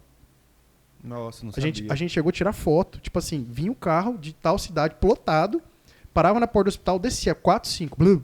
Porque como é que a gente vai falar, não, a gente não vai atender? Não existe isso, a gente tem que fazer o atendimento, né? Principalmente em situação de paciente grave. Então ele sabia que se ele internasse em Itamaraju, ele ia conseguir fazer tomografia de graça. Uma tomografia de tórax é R$600, R$500. E na época da internação, praticamente todos os pacientes de moderado a grave faziam tomografia. Entendeu? Entendi. No hospital de Itamaraju nós tínhamos, se eu não me engano, eram 7 ou 8 ventilador mecânico, velho. Tinha cidade que tinha 1. Tinha cidade que nem tinha. Só pra você ter ideia. Olha, coisa que a gente nem sabia, tá vendo? Entendeu? Uhum. Então, assim, eu não sei da parte burocrática, eu falo da parte física, da onde eu trabalhei, Estrutural, né? estrutural. É lógico que toda cidade, cara, o problema da saúde pública, ela é mundial. Tem país aí que nem tem saúde pública, pô. Entendeu? Não tem uma cidade no país aqui que você fala, não, é perfeito. Não tem, velho. Eu já trabalhei em 4 cidades diferentes. As pessoas às vezes criticam, mas eu entendo o lado de quem tá criticando, porque ele tá com dor, ele quer um atendimento, eu não tiro a razão dele. Mas, bicho, tem muita cidade aí, velho, que se você entrasse, eu já fui buscar paciente assim, porque o médico ligava e falava, velho, pelo amor de Deus, busca esse paciente aqui, porque a gente não tem nenhum ventilador. Às vezes eles tinham que ficar revezando, tem uma máscara, que é um ambu, que é aquele que fica apertando assim pra dar. Quando não tem um ventilador mecânico, tem que ficar na mão. Então, tipo, tinha que o hospital inteiro revezar para ficar ambuzando o paciente até da hora de transferência. Você imagina isso, você Que ficar... loucura, né? Cada pessoa ficava meia hora, 20 minutos, 10 minutos. Se parasse, o cara morria. Meu Deus. Cara, é tenso. Então, assim, em Itamaraju teve um número grande de morte. Acho que foram 150, 160, alguma coisa. É uma coisa bem grande. Mas, assim, eu acho que o possível, pelo menos por nós, assim, profissionais, não digo só médico não, cara, enfermeiro, fisioterapeuta, técnico de enfermagem, pessoal da limpeza, segurança, todo mundo deu sangue, velho. Você imagina ficarem 30 pessoas internadas sem ter conduta, sem contato com a família. Os funcionários virou a família de todo mundo, pô. Entendeu? Entendi. Então, assim, foi uma guerra, cara. Uma guerra. Eu acho que dá pra melhorar muita coisa, mas naquele momento ali de gravidade, eu vou falar pra você, a gente não ficou atrás de muita cidade aí, não. Tá? Infelizmente, teve muitos óbitos que poderiam estar dentro do Albert Einstein, que eles iam falecer pela gravidade da doença. Não, a gente teve vários artistas, pô, da televisão que... Pela gravidade. Morreu Então, de Covid. Era complicado. Então, assim, foi até um período que você falou do receio, né? Aham. Na verdade, eu tive receio pelos meus pais. Né? Eu tive um tio que ficou muito mal, tal, e aí eu fiquei preocupado, cara. Eu falei, cara, e agora? Mas eu sentia que, sei lá, cara, o povo meio que precisava de mim. Eles botaram muita fé, assim, velho. Chegou ao ponto de colega meu, do trabalho, falar assim, Michel, meu pai tá internado lá, cara. Entuba ele. Sabe, o cara te ligar, falar, velho, entuba ele porque, sei lá, eu tô com medo, eu não sei quem vai estar no outro dia. Não desmerecendo outro colega, mas, pô, sabia que eu tinha uma prática. Então os caras me ligavam. Às vezes eu ia no hospital, que eu não tava de plantão, pra entubar paciente, ou pra pelo menos estar do lado ali. Porque, como é um procedimento, às vezes vai ser o dia, cara. Eu já aconteceu muito de não conseguir. Então, pra pelo menos dar força, porque quando tem alguém ali dando força, pô, você vai de olho fechado. De olho fechado. Entendeu? Tem mais entusiasmo, né? Com certeza. Por conta dessa incompreensão, doutora, aumentou para você a demanda de serviço? Assim, da incompreensão desse momento que a gente viveu no Brasil. Da pandemia, né? Aumentou o serviço? Sim, com certeza, né? De que tipo? É tanto que o direito médico e da saúde ele ficou mais conhecido após a pandemia. É tanto que eu tive até uma dificuldade. Quando eu pensei, foi eu que criei, né, a Comissão de Direito Médico e da Saúde aqui. Aí, quando eu apresentei o projeto, me questionaram, para que essa comissão? O que vai fazer? E aí, logo depois veio a pandemia. Aí as pessoas viram a necessidade de ter uma comissão. Então, a área também ela ficou mais em destaque após a pandemia. E com isso, sim, vieram mais casos, né, de pessoas precisando de medicamento em decorrência da Covid, da doença. Né? Pessoas ficaram com sequelas, precisando de medicamentos de alto custo, às vezes medicamentos que é off-label, né, que é fora da bula, que são medicamentos que na bula ele não é para aquela determinada doença. O Dr. Michel até pode falar de forma mais técnica depois para vocês, mas muitos casos dessa natureza e às vezes de falha médica mesmo, né, de supostos erros médicos, de alegações de erro médico de paciente. Muitos médicos vieram depois dessa pandemia, né? Além de aprender a advogar de outra forma, né? Porque vocês foram tudo para a pandemia, virtual, né? Isso, para a advocacia, todo mundo virtual, né? Foi tudo virtual. As audiências, tudo, sessões de julgamento dos tribunais, né? Que quando a gente vai fazer inclusive, a defesa você do advogou recurso. para mim em uma situação minha, né? Sim, do voo que eu perdi, verdade, daquele voo. Verdade. E foi virtual. Sim, né? verdade. Foi virtual na época. Verdade. Hoje ainda o judiciário continua virtual, não é? Sim, continua. Mesmo depois da vacinação. Continua. Mas eu vi uma decisão agora que eu ouvi falar, né? Não sei se realmente vai acontecer, mas parece que estão querendo voltar às audiências presenciais, o que eu considero um retrocesso, né? ter Ficou mais audiência. celery o processo? Muito mais celery, muito mais celery. Por exemplo, eu atuo para médicos de vários lugares do Brasil. Então, tem uma audiência, eu consigo fazer daqui de Itamaraju, do meu escritório. Então, se a audiência voltar presencial, se eu tenho um cliente lá no Rio Grande do Sul, eu vou ter que ir para o Rio Grande do Sul. O cliente vai ter que pagar, né, o deslocamento. Sim. E além do tempo, né, que a gente perde viajando e tal, os custos, tudo aumenta. Então, assim, é um retrocesso. Considero um retrocesso se realmente voltar às audiências presenciais. Eu acredito que teria que ser híbrido, né? Em alguns casos, realmente, se é necessário, né? Às vezes não uma dá para ficar os audiência de dois? inscrição. Então, a gente espera que sim, né? Sim, né? A gente espera que fique assim. Tomara que fique. Chegou o momento. Olha a carinha dela. Medo. Bote aqui na nossa televisão o Ah, momento que a mais gente vai esperado desse embora. podcast. É o momento da gente ir Corre. embora. O Pode ou Não Pode. É o momento célebre aqui do nosso podcast. Michel tá tranquilão, olha lá. Ó. Eu tomei 2 cervejas já, tô de boa. Tranquilo, né? Esse momento Pode ou Não Pode, a gente afasta aqui as bebidas da Adega, nossa patrocinadora top. E é um momento muito tranquilo, gente, onde vocês podem opinar se pode ou se não. Tá? Vocês estão com a plaquinha aí? Não é tão simples assim, Tá com a Bertoni. plaquinha aqui, pode ou não pode. Tá. Aí Tem que justificar? você justifica. Se o parceiro quiser replicar ou concordar ou discordar, também tem. Você tem 2 minutos. 2 Nossa. minutos. E para replicagem, 1 minuto, tá bom? Quase uma sustentação oral. Muito simples, pegou, leu. Tá aqui as perguntas, são aleatórias, tá, gente? Nada feita especificamente para um ou para outro. E quem que pegar aqui, sair, vai ler e vai Vixe, Maria. falar. Alguma dúvida? Não. Não, né? Quem quer começar? As damas. Obrigada. Ela quer começar. Oh, Simone. Deus. Tenha piedade de mim, Senhor. Vamos lá. Qual é a pergunta, Simone? Cota para negros em faculdades. Pode ou não pode? Pode. Pode. Por quê? Por conta de todo o histórico, né? Todo o histórico, a carga que vem, né? Os negros. A minha família, né? Eu sou... Minha mãe é preta, meu irmão. E eu vejo tudo isso, né? Toda a história que carrega ainda tem muita influência, tudo isso que foi vivenciado lá atrás. Ainda existe racismo, ainda existe desigualdade. Então, eu Por acredito... ser preto, né? Exatamente, Por ser preto. né? De cor preta, negra. Eu realmente acho que tem que ter. Né? Pode. Concordo. Prontinho. Na sua área, isso eu já ouvi, testemunhos. Quando o médico é preto, há pacientes que hesitam em ser atendidos por esses médicos. Dizem, não, o cara é preto, passou por conta de cota. Ele não seria tão bom se ele tivesse uma outra cor. Mesmo assim, vocês continuam concordando com a cota? Cara, na verdade, isso aí parte da ignorância da pessoa. O cara que fez a cota, ele não tem nada a ver com isso. Isso aí é ignorância. E isso aí vai ter na medicina, vai ter no banco, vai ter em qualquer área. Eu acho que é muito mais idiotice do cara que pensa assim do que o cara que aproveitou de uma oportunidade para estudar. Um exemplo. Eu fiz FIES, cara. A minha faculdade foi toda financiada.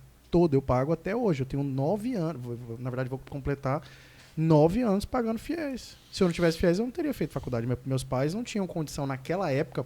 Até que teriam condições, mas assim, teria que vender tudo. Teria que morar embaixo de ponte para me formar. Então, quer dizer que eu não tinha direito de utilizar de um recurso federal para poder me formar? Né? Eu acho que tem direito, sim. Então, na opinião de vocês, pode, né? Com Pode. certeza. Pra negro, Deve ter. pra gente preta. Que é o termo. Acho que agora o termo não é negro, é preto, né? Gente Preto, preta, né? Aham. Tanto que eu já trabalhei no IBGE e já tive isso também no meu histórico, né? Já trabalhei no IBGE e lá Então, como uma pessoa se considera preta, né? Não somos aparece pretos. Michel. Eutanásia.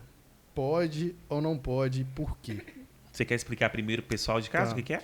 Eutanásia, gente, é determinadas situações onde o paciente já está no estado extremamente grave, onde você já tem uma falha terapêutica, e em que você vou colocar entre aspas, acelera a morte do paciente. De forma leiga, é isso. Tá? São pacientes, pô, o cara tá com uma morte cerebral, tá com, sei lá, falha terapêutica, usar todos os tipos de antibióticos, o cara tá chocado, enfim, não tem jeito mais.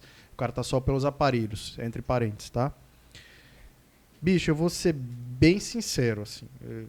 Eu tenho minha opinião, Michel pessoa e Michel médico profissional. Isso aí que eu imaginei. Como médico, eu jamais faria. Tem que ficar 60 dias no aparelho? 60 dias no aparelho. Eu não vou programar e nem adiantar a morte de ninguém, não, cara. Sabe? Jamais. E é igual, existem algumas situações que existem algumas religiões que são contra a hemotransfusão sanguínea. Bicho, me desculpa. Eu vou fazer. Entendeu? Porque o meu dever tá ali e a vida é a preferência. Depois eu me resolvo isso aí na justiça, mas a minha consciência vai estar limpa. Tá? Existem algumas famílias que chegam a esse processo de entubar e falam, pô, doutor, não entuba não. Mas você vai chegar lá, você vai ver o cara faltando ar, você não vai fazer nada? Entendi. Você vai fazer, cara. Entendeu? Isso, médico. Agora, existem realmente situações que eu, como pessoa, não é que eu adiantaria a morte, mas a gente não investiria, não faria medidas extraordinárias, né? Vou dar um exemplo para você. Tinha um paciente na UTI de 104 anos, cara. O cara tinha 104 anos. Assim, coração, rim, fígado, cérebro. Infelizmente, o cara estava bem chumbado. Não tinha mais do que fazer. No que fazer, assim. Você vê que era... Pô, o cara tava sofrendo, velho. Entendeu? Então, assim, existem coisas que a gente realmente não investe, não faz medidas extraordinárias, tá? Mas eutanásia mesmo, eu como médico, eu sou contra. Você quer falar uma coisa, Simone? Não pode, né? Do ponto de vista legal, né? Não pode, no Brasil. Esqueci de mostrar a placa. Né? No Brasil não pode, do ponto de vista legal. Então, mesmo que a família peça, que o paciente queira, o médico não pode fazer.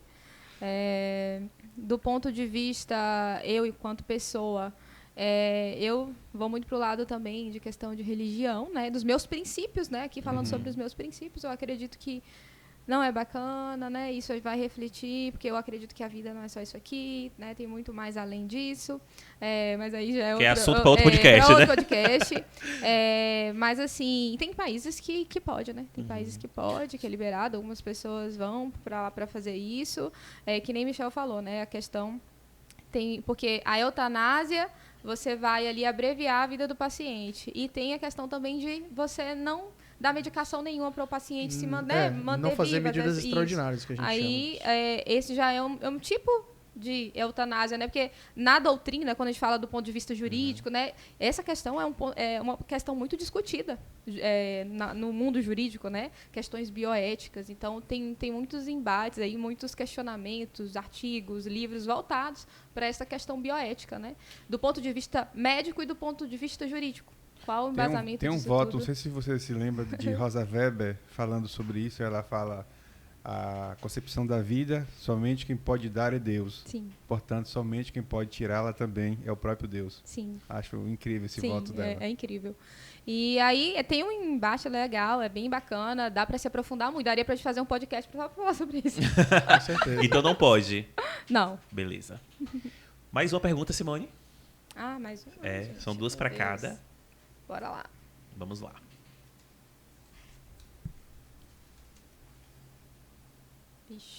Vixe. Vetar manifestações políticas em eventos. Oh, meu Deus. Pode ou não pode? Você vai responder como Simone ou como advogada, Simone? Gente, essa daqui é polêmica. Então, como as pessoas estão muito voltadas para as questões políticas, têm polemizado muito. Eu sempre gostei muito de política, porque a política envolve o nosso dia a dia, o nosso cotidiano. Mas as pessoas deixaram de ver a política como política e passaram a ver como politicagem. Como paixão, Partido né? de futebol. Isso, exatamente. Né?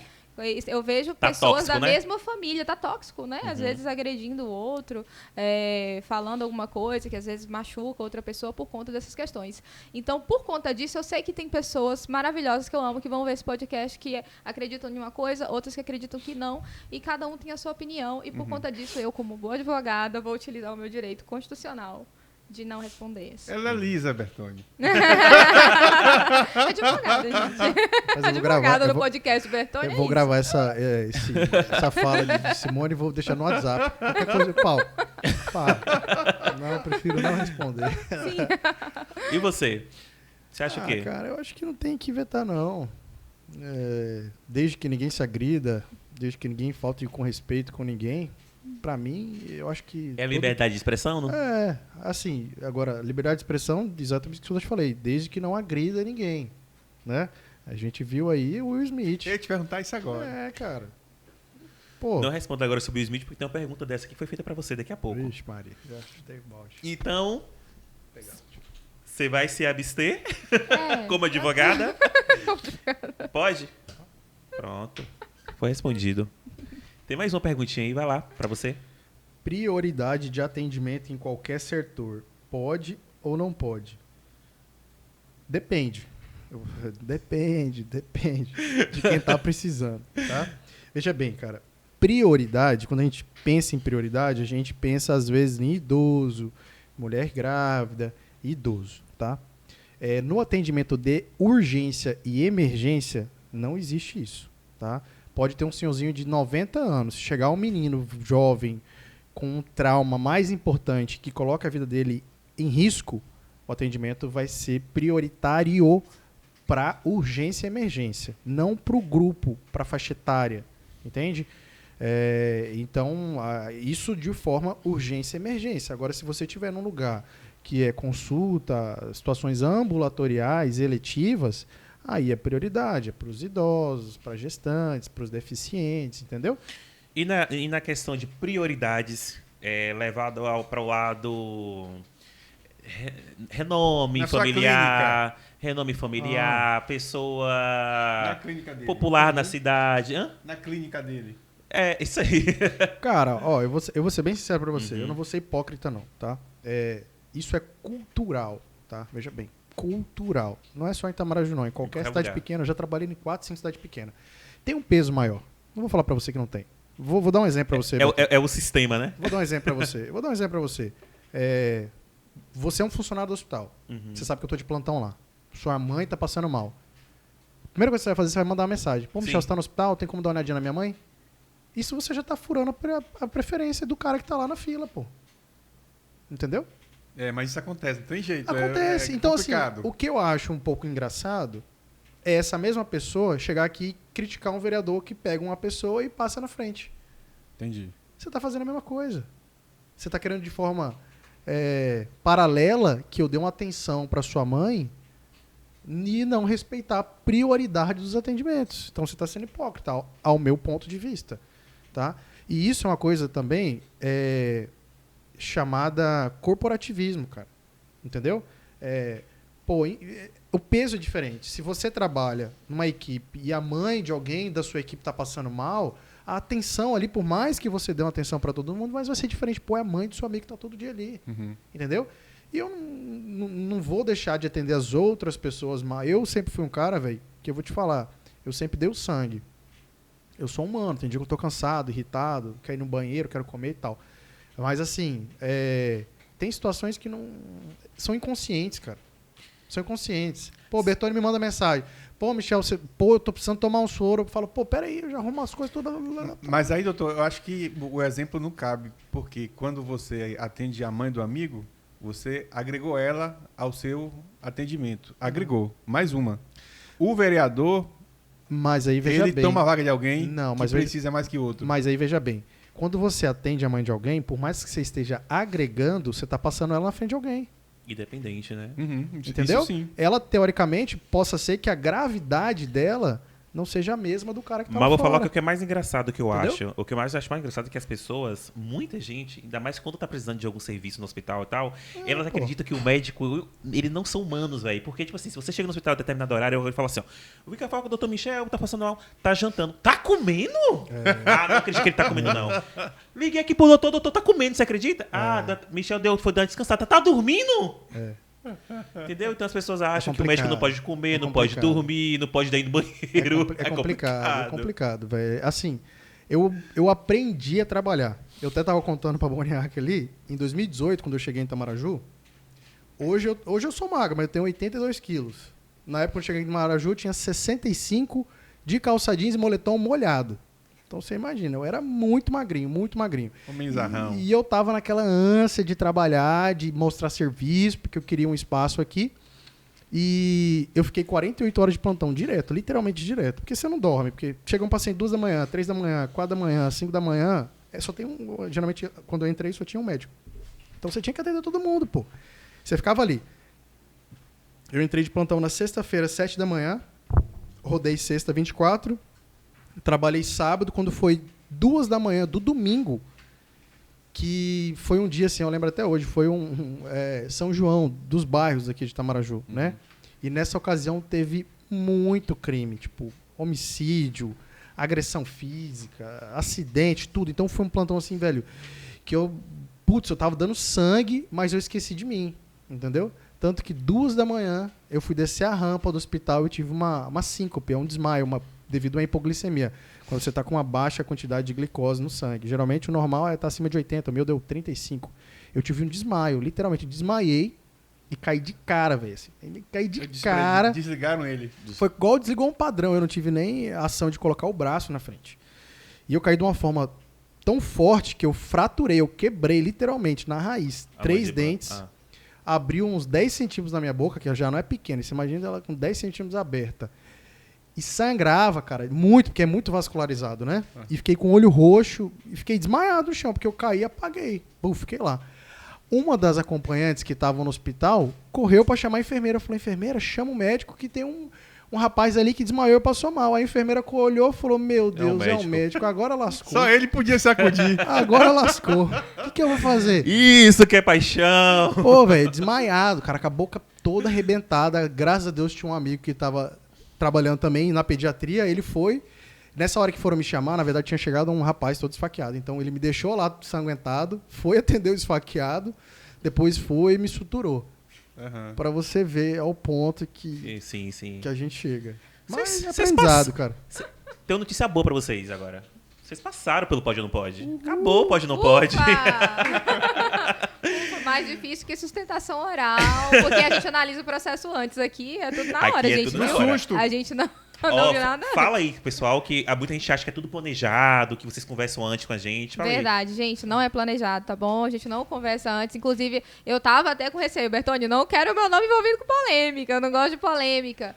Mas é tranquilo, podem vir quem for convidado, é ótimo, é legal discutir sobre assuntos, né, que realmente a gente precisa falar. Sim, Precisamos sim. falar sobre os Bertone assuntos me que nós chamou pra falamos comer uma hoje. pizza, cara. Eu acordei, eu tava aqui sentado. Mas a pizza já. vai estar vindo, dois irmãos. Relaxa, vai chegar a hora ainda. Vai ter um momento, Olha, Michel. tem uma parte bem legal agora, que são as perguntas de pessoas influentes da nossa cidade. Pessoas que todo mundo conhece, enfim, que mandaram pra vocês durante o dia.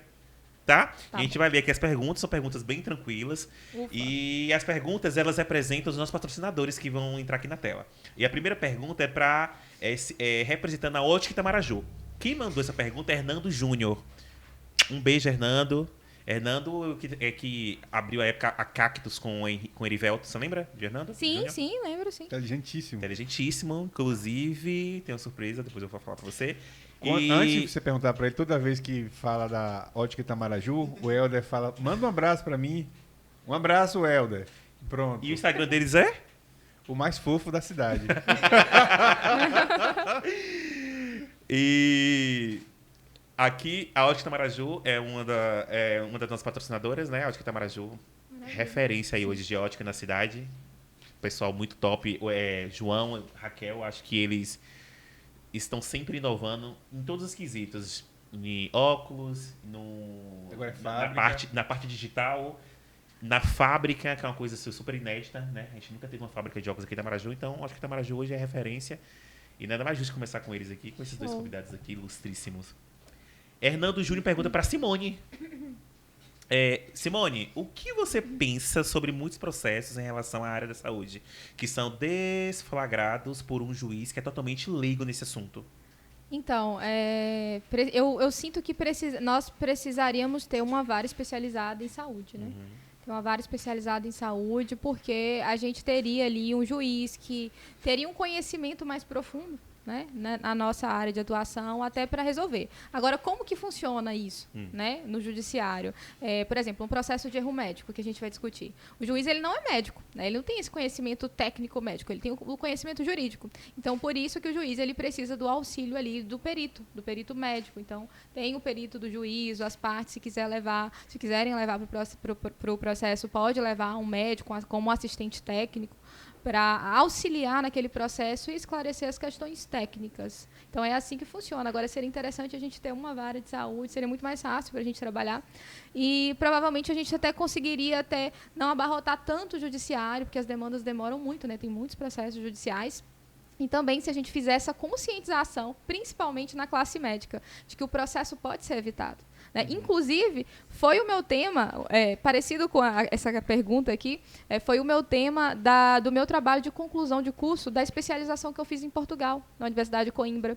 Foi justamente sobre o impacto social do direito médico preventivo, que é o médico prevenir demandas judiciais. O grande impacto judicial seria, inclusive, no Poder Judiciário. Evitar que o judiciário permaneça com ações que muitas vezes nem precisariam ser demandadas, que poderiam ser evitadas. Show de bola, tá respondida aí, viu? A pergunta agora é do nosso patrocinador Treinatec, que vai estar representado pela arquiteta Regiane, inclusive a arquiteta que fez a nossa agência, né, que criou a agência Bration, com toda a competência maravilhosa. Um beijo, Regiane. E a Treinatec é uma empresa de engenharia do nosso brother Nicolas, está aqui, né, toda semana no nosso Bratiocast. Conhece a Treinatec? Acompanha a Treinatec? Acompanho, eu já vi falar a parte de engenharia, né? Isso, legal. São tops demais Show eles. de bola. E um beijo aí para ele, para Nicolas, esse jovem empreendedor que está fazendo um maior sucesso nessa área aí. E Regiane pergunta para o Dr. Michel. Dr. Michel, já presenciou algum milagre onde foi notório que a capacidade humana não poderia agir em determinada situação? Boa. Rapaz, não sei bem se é um milagre, mas é algo que fugiu dos padrões. Se você pega aí uma certa doença com certos pacientes, você fala, pô, esse aqui pode dar o sangue que não vai. Mas já presenciei uma senhorinha, se eu não me engano, o nome dela é Dona Vera. Essa paciente é uma paciente ela teve e ela permaneceu na UTI por 245 dias. Caramba! 240, lá na UTI do Regional de Onápolis, onde eu trabalho. Ela ficou muito tempo internada, ela teve diversas situações assim que poderiam ter levado ela a óbito. E, cara, uma senhorinha de 70 e poucos anos e foi passando por cima. E era até engraçado, porque às vezes tinha um paciente mais novo perto dela, falecia e ela continuava lá, cara. Ela continuava lá. Tanto é que o dia de alta dela foi uma celebração no hospital. Tipo, todo mundo do hospital parou e ficou no corredor para ela passar. Foi uma, assim... Que bonito. Eu acho que foi um milagre. Um dos momentos, assim, que eu falei, caramba, velho. Não era a hora. Não era a hora. Uhum. Agora, milagre mesmo, eu vou te falar do meu avô, cara. Não, ali não tem condição. Ali foi um milagre mesmo. Meu avô tem, se eu não me engano, acho que 84, 85 anos. Meu avô teve câncer de próstata. Ele teve metástase pulmonar óssea. Na infância, não, na vida adulta, ele teve metade da calota craniana deflagrada por um tiro, foi caçar, o tiro pegou na cabeça, então ele não tem metade da calota craniana. Ele trabalhava numa mina... Já começou daí, que é um milagre, né? Ele trabalhava numa mina de minério, né, de bauxita lá, e parece que deu algum erro, estouraram a dinamite, ele estava dentro da mina. Então o corpo dele é cheio ainda de fragmento da mina, cara, que não conseguiram tirar na época. Então o corpo dele já tinha cheio de pedrinha, teve esse câncer, tinha esse problema na cabeça, e recentemente foi tomar banho, escorregou, quebrou o fêmur. Isso que meu avô já fez químio, rádio e cirurgia. Qual a idade? 85 anos. Fuma e bebe.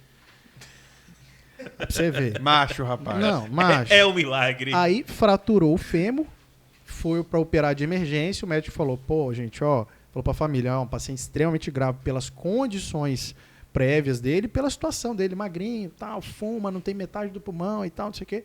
Então a família, pô, já tava todo mundo assim meio que esperando uma má notícia.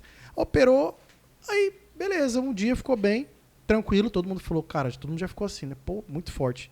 No outro dia ele teve um tromboembolismo pulmonar. Teve que ser entubado. Permaneceu por 6 dias entubado. No 7º dia ele foi extubado. No 8º dia ele estava no apartamento. No 9º dia ele estava em casa. Velho guerreiro. Não tem condição, velho. Eu até tava preparando meu pai já. Falei, pai, ó, acho que dessa vez, cara, porra. Não, esse aí veio privilegiado. Não, velho, eu falei, velho, não tem condição. Ou não, né? Questão de Se coisa eu também. puxar pelo menos o cabelo do dedo dele, meu amigo, ninguém me segura até os 100 anos, não. Eu vou torar até os 100 anos. Que top, velho. Isso aí é forte. 7 vidas, né? Isso é um milagre, eu É acho. por aí. Isso é por aí. Isso é um milagre mesmo. Rapaz. A nossa próxima pergunta vem da Sacola Cheia. Sacola Cheia, o nosso hortifruti aqui da cidade. Um dos melhores hortifrutis. Talvez hoje não seja a melhor, mais completa. Sacola Cheia. Vocês fazem compra no Sacola Cheia? Já fez? Conhece, Thiago? Mas faz compra no Sacola Cheia? Vai lá. De verdura, fruta. Às Verdura, vezes eu fruta. quase não fico Você vai, muito em Simone? casa, mas... Você que é mãe, Sempre. esposa. Tem que andar Adoro as promoções do do Sacola Cheia, né? Gente, ó, o podcast dá muito. Um podcast com esses dois dá muita coisa. A gente nem passou ainda pela parte que Simone é mãe, esposa, amiga. Não dá tempo. coisa. É tanta coisa que essa mulher faz. Olha, quem tá mandando pergunta representando hoje o Sacola Cheia é o Thiago Silvério. Ele pergunta assim: Simone, você é uma ótima profissional e muito requisitada. Obrigada, Thiago. Te incomoda a chegada de alguns concorrentes com forte influência e investindo muito nas mídias digitais? Não. Inclusive, eu sempre levantei essa bandeira, né? De os colegas utilizarem, porque eu era muito martelada por eu estar. E eu sempre comentava com meu irmão, falava, seria tão bom se todo mundo fizesse o seu, todo mundo focasse no seu e pronto, todo mundo ia crescer, né? Todo mundo cresce, assim, quando a gente foca no nosso. Então, eu tô fazendo o meu. Eu não quero que outras pessoas não façam, até porque o meu foco hoje é muito além da advocacia, né? Hoje eu não sou só advogada. Não sou só uma advogada que advoga Você é aqui em professora, Itamaraju. Eu sou professora escritora. de outros advogados. Sim, sou escritora, né? Eu tenho 2 livros para ser publicado ainda esse ano de obras jurídicas. Então, eu ainda falo no escritório sempre, gente, em breve eu quero me aposentar. Né? Quero me aposentar, quero deixar vocês aposentar aqui. aos 35, 40? Sim, eu quero. Eu tenho Sério, alguns projetos de vida. Tem alguns projetos, porque a advocacia, ela suga muito, né? Suga muito. O advogado, quem advoga de verdade, sobrevive da advocacia. Eu não tenho nenhuma outra renda a não ser da advocacia, né? E dou aula agora, tenho uma renda, mas não é uma renda que vai conseguir me manter realmente. Seus livros saem quando, Simone? Os livros, Bertone, o primeiro livro, que é o Defensores da Lei, provavelmente deve sair até o meio do ano. Agora tem um segundo livro, que é um livro voltado para o direito médico. Eu sou a embaixadora nacional da obra pela Vale Editora. A gente tem advogados de todo o país. Quem é o e público provavelmente vai ser no quem é o final do público ano. que pode consumir esse livro? Todos os públicos é especializado para algum público, um nicho? Bom, quem quiser, todo mundo, né, que quiser. Mas, assim, por exemplo, o Encontros do Direito, o Defensores da Lei é mais aberto, né, porque conta muito a vivência dos advogados e tal. Agora, o Encontros do Direito Médico são um livro com vários artigos de grandes advogados que se destacam no direito médico do país inteiro. Então, nós temos colegas advogados do Piauí, de Santa Catarina, Que massa. temos colegas de Salvador. Então, assim, são advogados que já pesquisam no direito médico, já têm uma atuação forte, já são advogados renomados, e aí estão fazendo essa obra. Então, é uma obra voltada muito para a área jurídica, né? Para a discussão jurídica de determinados temas, que são temas polêmicos que merecem mais um aprofundamento. Então, a gente vem agregar. Muito bom. Parabéns, viu? Obrigada. Vou querer esse livro autografado ainda. Que essa menina vai longe, tá? Você se prepara. Eu não duvido. A nossa próxima pergunta vem da Milene Velanes. Ela está representando hoje a Clínica Nova. A nova clínica, que por sinal é uma clínica hoje super nova, né, na nossa cidade, comandada aí por nossos amigos Juliana Dorigueto, Rafael Dorigueto, Rafael Amaral. Inclusive você trabalha, né, na clínica nova, né? Trabalho na clínica aí. Estruturalmente e profissionalmente top, né? Foi você que fizeram essa logo? Não, foi eles, acho que foi outro público que fez. Inteligente, não é? Muito inteligente, muito legal também. Muito simples e completa e objetiva, né? Uhum. Então, beijão pra Rafael, pra Juliana. E Que bom que eu pra você, né? Clínica Nova. Milene Velães pergunta pra você o seguinte, Dr. Michel, o que você achou sobre o posicionamento de Will Smith no Oscar? Ele teria uma reação algo parecido, se fosse você no caso? Mexer com, né, com a doença de uma pessoa que você ama, que é uma doença autoimune. Entendi. Primeiro, boa noite para a Milene. Bertone, eu acho que são situações, cara. São situações e situações. E eu nunca vou ser a favor de agressão física. Muito menos verbal, qualquer tipo de agressão. Até porque, como eu trabalho na área, hoje a gente sabe que grande parte das patologias no adulto, ele tem alguma origem na infância. Algum tipo de abuso, seja ele físico, sexual, enfim, agressão, qualquer coisa do tipo.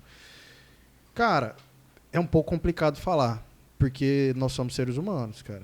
Eu acho que em mulher, irmão, mãe, pai, família, Sagrado. acho que é sagrado. E eu não vou ser hipócrita, não, bicho. No meu lugar, no lugar dele, eu também daria uma bufetada. Poderia ficar com remorso posteriormente, desculpar, mas eu acho que aquele tapa ali valeu de 1000 palavras. Foi uma tutoria englobada naquele tapa ali. E as pessoas entenderam, né? Isso. Eu que trabalho com internet, que tem uma revista, eu postei, as pessoas entenderam aquele tapa, entendeu? Aquele tapa, na verdade, ali foi como se fosse... Ele tava defendendo, é uma defesa, né, que ele encontrou. Eu sou, assim, da geração de 80, né? Então, assim, eu acho que um homem que não defende, que né? não Se defende posiciona. sua família, ele não é digno da sua família. Entendeu? Vai deixar o cara falar de uma forma totalmente risória da condição física, psíquica de alguém que você ama? Jamais. E a gente tava vendo eu tava vendo nos vídeos que na hora que o cara, que é comediante, né, ele brinca, ele faz chacota da mulher do Will Smith, ela fica constrangida. Foi. Ela fica totalmente, sabe? Ela se fecha ali naquele momento, ela fica com vergonha, né, porque ela tá sendo chacoteada no teatro. E ele olha pra ela e tal, ela fica totalmente coagida, né? E aí acho que naquele momento ele falou assim, não, eu vou ter que fazer uma coisa pra defender minha mulher, né? Rir com você é diferente de rir de você. Exatamente. Isso aí. E aí teve aquele momento que ele pega, recebe o Oscar e chora. Aparentemente, pra quem tá assistindo, ele tá passando por algum problema, sabe? Não sei se psicológico, de muita pressão. Você chegou a ver essa cena? Vi sim. Na verdade, eu vi todos, até os bastidores, né, que mostrava. Cara, não é fácil. Ainda mais na onde ele tava, né? Pro mundo inteiro, pô. É verdade. Ele falou, tem uma frase forte, você viu? A frase que ele falou? Que no meio que ele vive, Sim. ele é abusado toda hora. Vi na revista e ele Brat. tem que rir, né? E passar por cima daquilo tudo. Enfim. Tá respondido aí. Nossa próxima pergunta é da Burgericia. Nosso patrocinador é Burgericia. Esse hambúrguer artesanal. Você gosta de comer hambúrguer artesanal, Simone? Eu amo, gente. Eu amo. Peço lá direto. Peça lá direto? A Burgericia é maravilhoso. Tem uns artesanais, os pães do Do Burgericia. pão surreal. diferenciado. Não, o pão é diferenciado. Já comeu Burgericia, Michel? Já, top. Pronto. Se tivesse comido, eu ia mandar pra você agora. Você só entrega lá pra Michel. Não comi não, nunca comi não. Eu também nunca comi, não. Você pode matar. Então, Burguesia, por favor. Eles capricham, Me eles patrocina. Ó, quem tá fazendo pergunta, representando hoje a Burgericia é Mariana Bronzon. Mariana Bronzon pergunta pra você assim, Simone. Ó, Simone, qual o seu propósito a partir de agora atuando na área do direito médico? Onde você quer chegar? Qual o seu ideal? Olha, Bertone, eu já alcancei muita coisa que eu nem imaginava, né? No direito, principalmente na atuação no direito médico, né? Eu não imaginava que, ao iniciar a especialização em direito médico, eu me tornaria um dia uma referência nacional. Né? Palestro ao lado de outros colegas, grandes nomes do direito médico, grandes professores, que um dia eu admirava estar do lado desses colegas palestrando, ou ser professor em uma pós-graduação ao lado desses colegas, ser chamado para o Rio de Janeiro, né?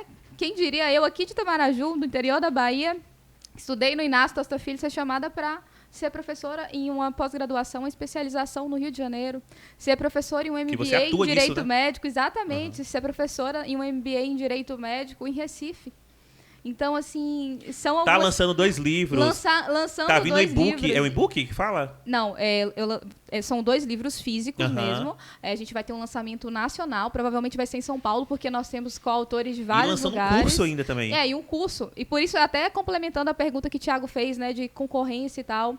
Pelo contrário, eu quero mais advogados atuando no direito médico. Tanto é que eu tenho um curso ensinando como advogar no direito médico, de forma bem específica no direito médico preventivo. Esse curso nasceu depois da minha atuação como professora nesses cursos de pós-graduação, MBA. Eu falei, bom, eu vi essa necessidade dos advogados.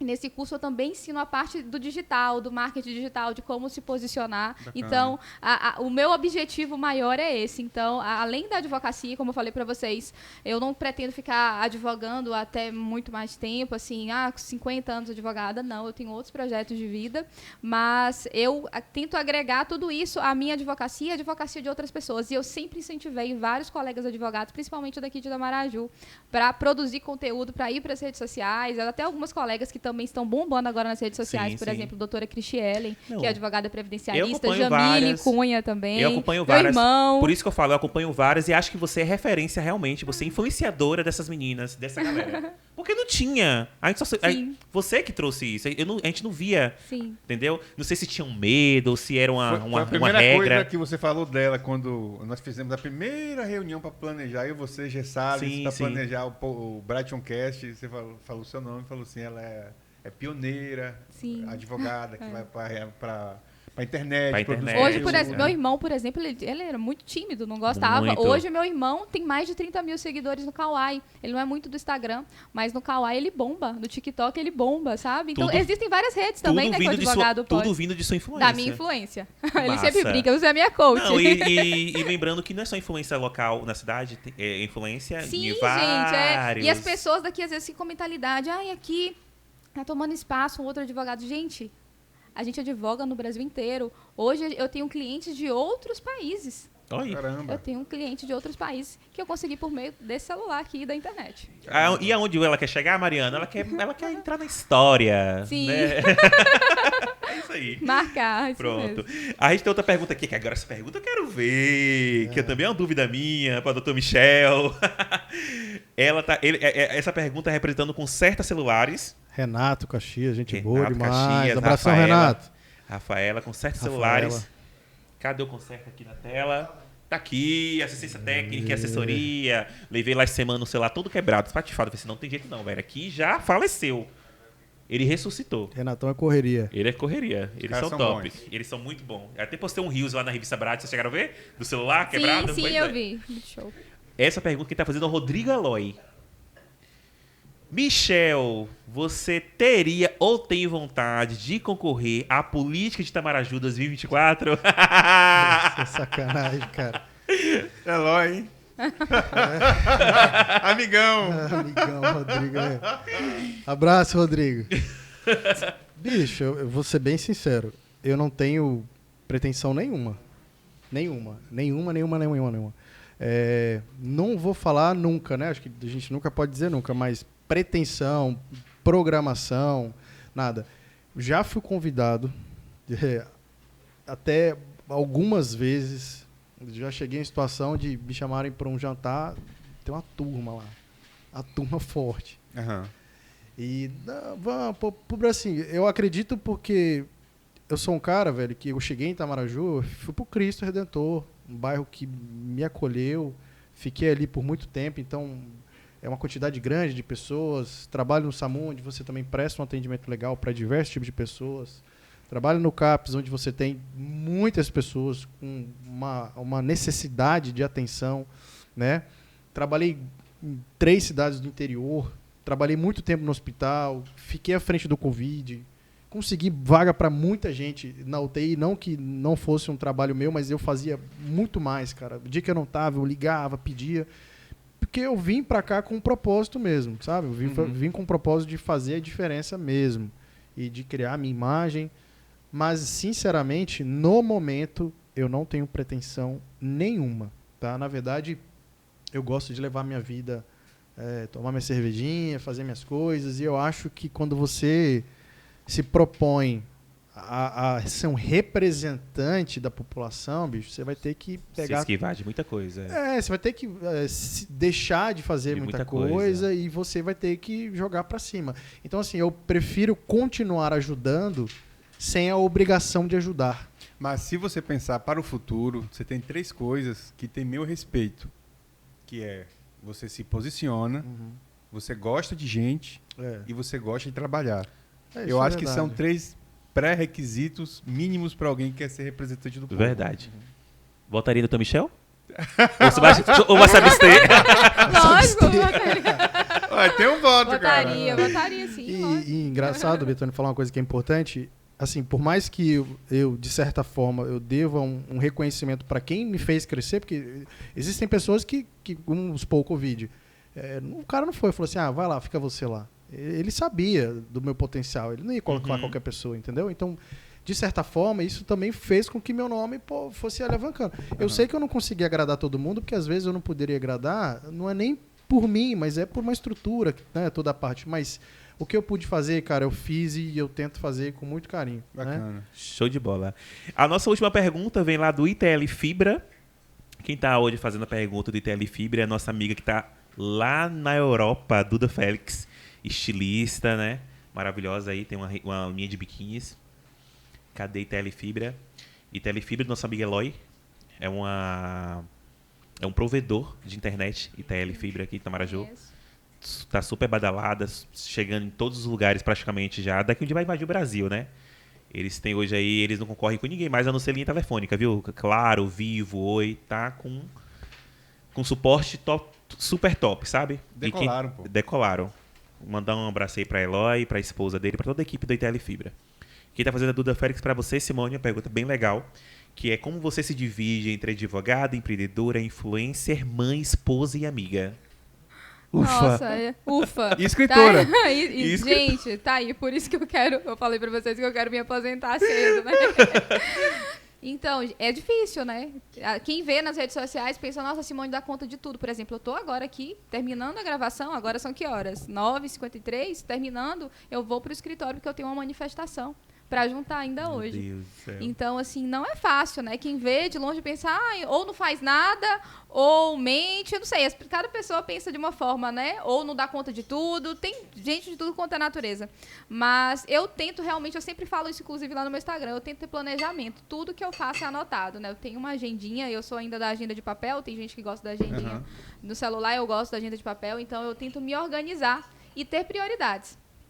Então, qual é a minha prioridade? Teve um momento que eu estava deixando muito a minha saúde de lado, né? Deixei muito a minha saúde de lado por conta do trabalho. Eu já cheguei a machucar o pé por conta do trabalho, ficar muitas horas peticionando e machucar o pé.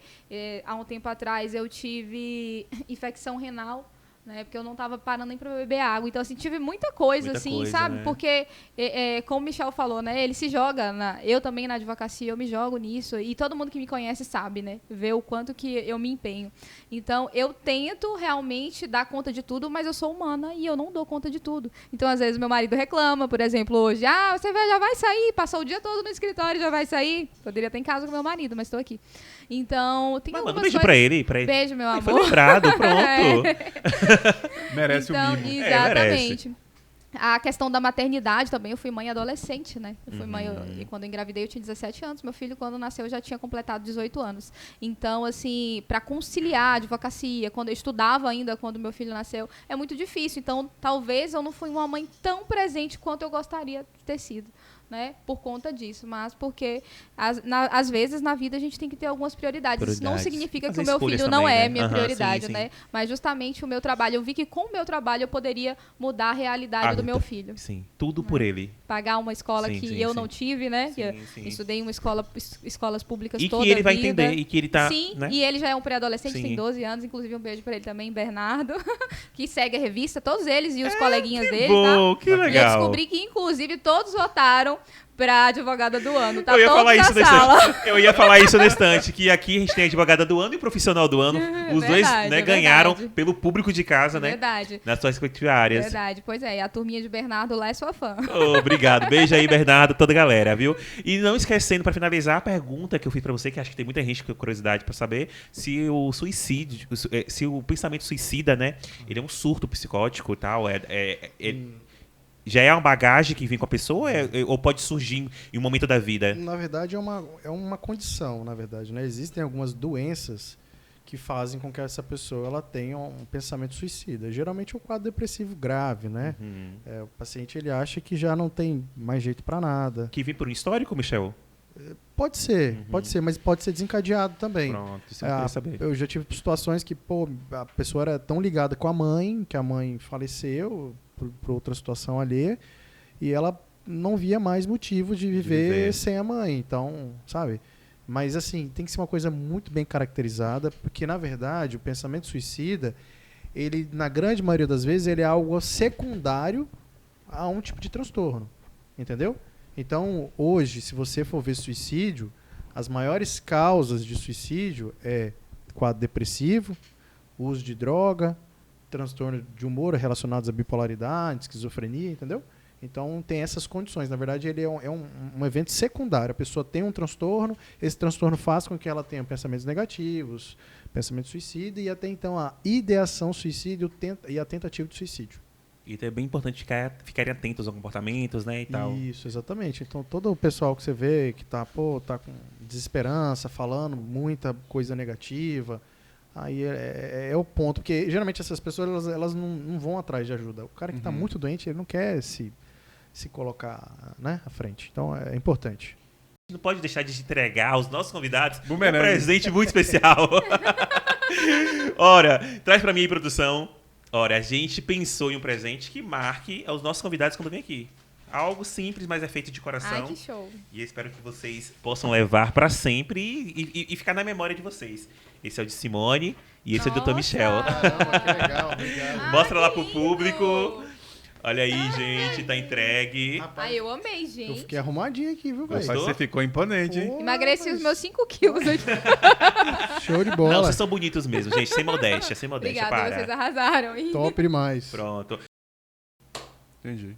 Vamos fazer um brinde? Bora. Vamos. Brindar a esse programa maravilhoso com Show essas de duas bola. pessoas que eu adorei receber. Tá aqui nosso Pronto. brinde. Sucesso. Desejo pra você, pra vocês, muito mais trabalho, muito mais, sabe, sucesso aonde vocês atuarem e tal. Eu sou admirador da sua profissão, da sua também, acompanho. Com certeza eu acho que vocês só somaram o nosso programa hoje. Pra mim é um privilégio receber duas figuras tão importantes, tão novinhas. Eu sou mais velho que vocês acreditam? Mas vocês com uma bagagem aí admirável. E eu só gratidão mesmo, viu? Muito obrigado. Show de bola. Berdone, eu queria que agradeço, na verdade, a oportunidade de estar aqui, de estar trocando esse papo legal com, né, assuntos pertinentes, com pensamentos diferentes. Eu acho que isso que engrandece a gente aí. Verdade. Valeu? Foi um aprendizado Show de pra mim bola. muito grande também. Olha, eu quero agradecer Bertone, você também, toda a equipe que tá aqui por trás. Boniek, o nome. Boniek, Eu esqueci que é o nome complicado. Vai de Boniek. Boni, Bertone, Michel, que tá aqui comigo também, o pessoal da equipe, todo mundo, agradecer muito. E te parabenizar, Bertone, porque Obrigado, você é realmente pioneiro em tudo que envolve questões digitais aqui na cidade. E só pra constar, viu, pessoal? A revista Bration não começou no Instagram. É porque mesmo? não deu tempo de procurar. Bertone, gente, muitas pessoas às vezes não conhecem, né, a sua trajetória, né, Bertone? Então, como eu conheço o Bertone desde criança, da época da escola, então, na época que a gente estudava no Inácio, eu fazia 8ª série, Bertone, ele já tinha uma revista. Que era uma revista que ele fazia digitado no Word e imprimia na Xerox da escola e Era. vendia na Xerox da escola com a notícia. Eu ia pra Lan House Da e digitava galera. tudo à noite na Lan House. Isso eu não sabia. Os babados da escola. Nossa, eu vou trazer pra você colocar no quadro. Eu tenho até hoje. Aí eu tô colocava a caixinha. gata do dia pra mim. Eu escolhia tudo. A gata do dia, o gato do dia, o babado da sala tal e tal. E eu imprimia isso. Isso. Eu levava pra escola e tirava xerox. E eu vendia na escola. Bombava. Era 50 centavos. Bombava, cara, da Salvava Xerox. Eu adorava, geladinha. né? Não, Porque- tipo assim, esgotava. Era tipo Esgotava. jornalzinho. Gente, cadê o jornal? É jornaleco fichação? Não era Revista Bratcher, né? Jornaleco, Fichação. Então, olha a evolução, né? Quem imaginava? Eu acho que verdade. você não imaginava que você Não. chegaria Não, ao não. ponto que você chegou hoje. Talvez muitas pessoas também Não, também. olharam pra você e acreditavam que você não chegaria onde você chegou. Hoje, inclusive, a vizinha aqui do lado, minha amiga Robéria, um beijo pra Robéria, ela não perde um podcast, ela falou assim comigo, precisa-se ter esse podcast, o seu. E talvez eu encerre minha primeira temporada com um podcast. Você me entrevistaria? Show de bola, hein? Entrevistaria, sim. Show de Com bola. certeza. Né? Talvez, quem sabe, eu fecho esse ciclo do primeiro... Ah, pô, que ideia top. Show. Eu vou me preparar, calma. Já tem a pergunta do Jornaleco Fichação. Vou trazer o Jornaleco, vou ver se ele lembra do chat. Vou trazer. Já vai ser pauta. Vai ter um Não, pode, tem não que pode. ter também. É, lógico. Pode ou não pode. Bafone. Mas que bom que você trazer essas memórias pra mim, viu? Obrigado, viu, Simone? Parabéns e muito Parabéns obrigada. também. Só que te admiro muito. Eu tô muito orgulhoso, assim, de ser seu amigo, viu? E ver onde você tá chegando. Muito obrigada, beijo. Mesmo. E aí você finaliza o programa com chave de ouro, que você faz o fecho. Cara, cada programa tem sido assim inspirador, de verdade. A começar por você, que a trajetória dele é meu irmão, então assim, acompanhei de tudo, né? Não acompanhei o Jornaleco, a Fichação. Ah, Mas, assim, tem sido inspirador e ver vocês dois tão novos e produzindo tanto para a sociedade, se dando pro outro. Os programas anteriores também, assim, me agrega demais o Brightoncast e eu acredito também para o nosso público. E eu quero encerrar com uma frase do Steve Jobs que eu li hoje e eu achei que fez o maior sentido para mim. E eu espero que faça para você que está em casa. Não tem muito a ver com o que a gente conversou aqui hoje, não, mas ele disse assim: faça a sua refeição como se ela fosse a sua medicação. Porque se você não fizer isso, quando você estiver velho, vai fazer da sua medicação a sua refeição. Beijo a todos vocês e até breve. Tchau, Show de tchau, bola. gente. Valeu. Falou! Valeu.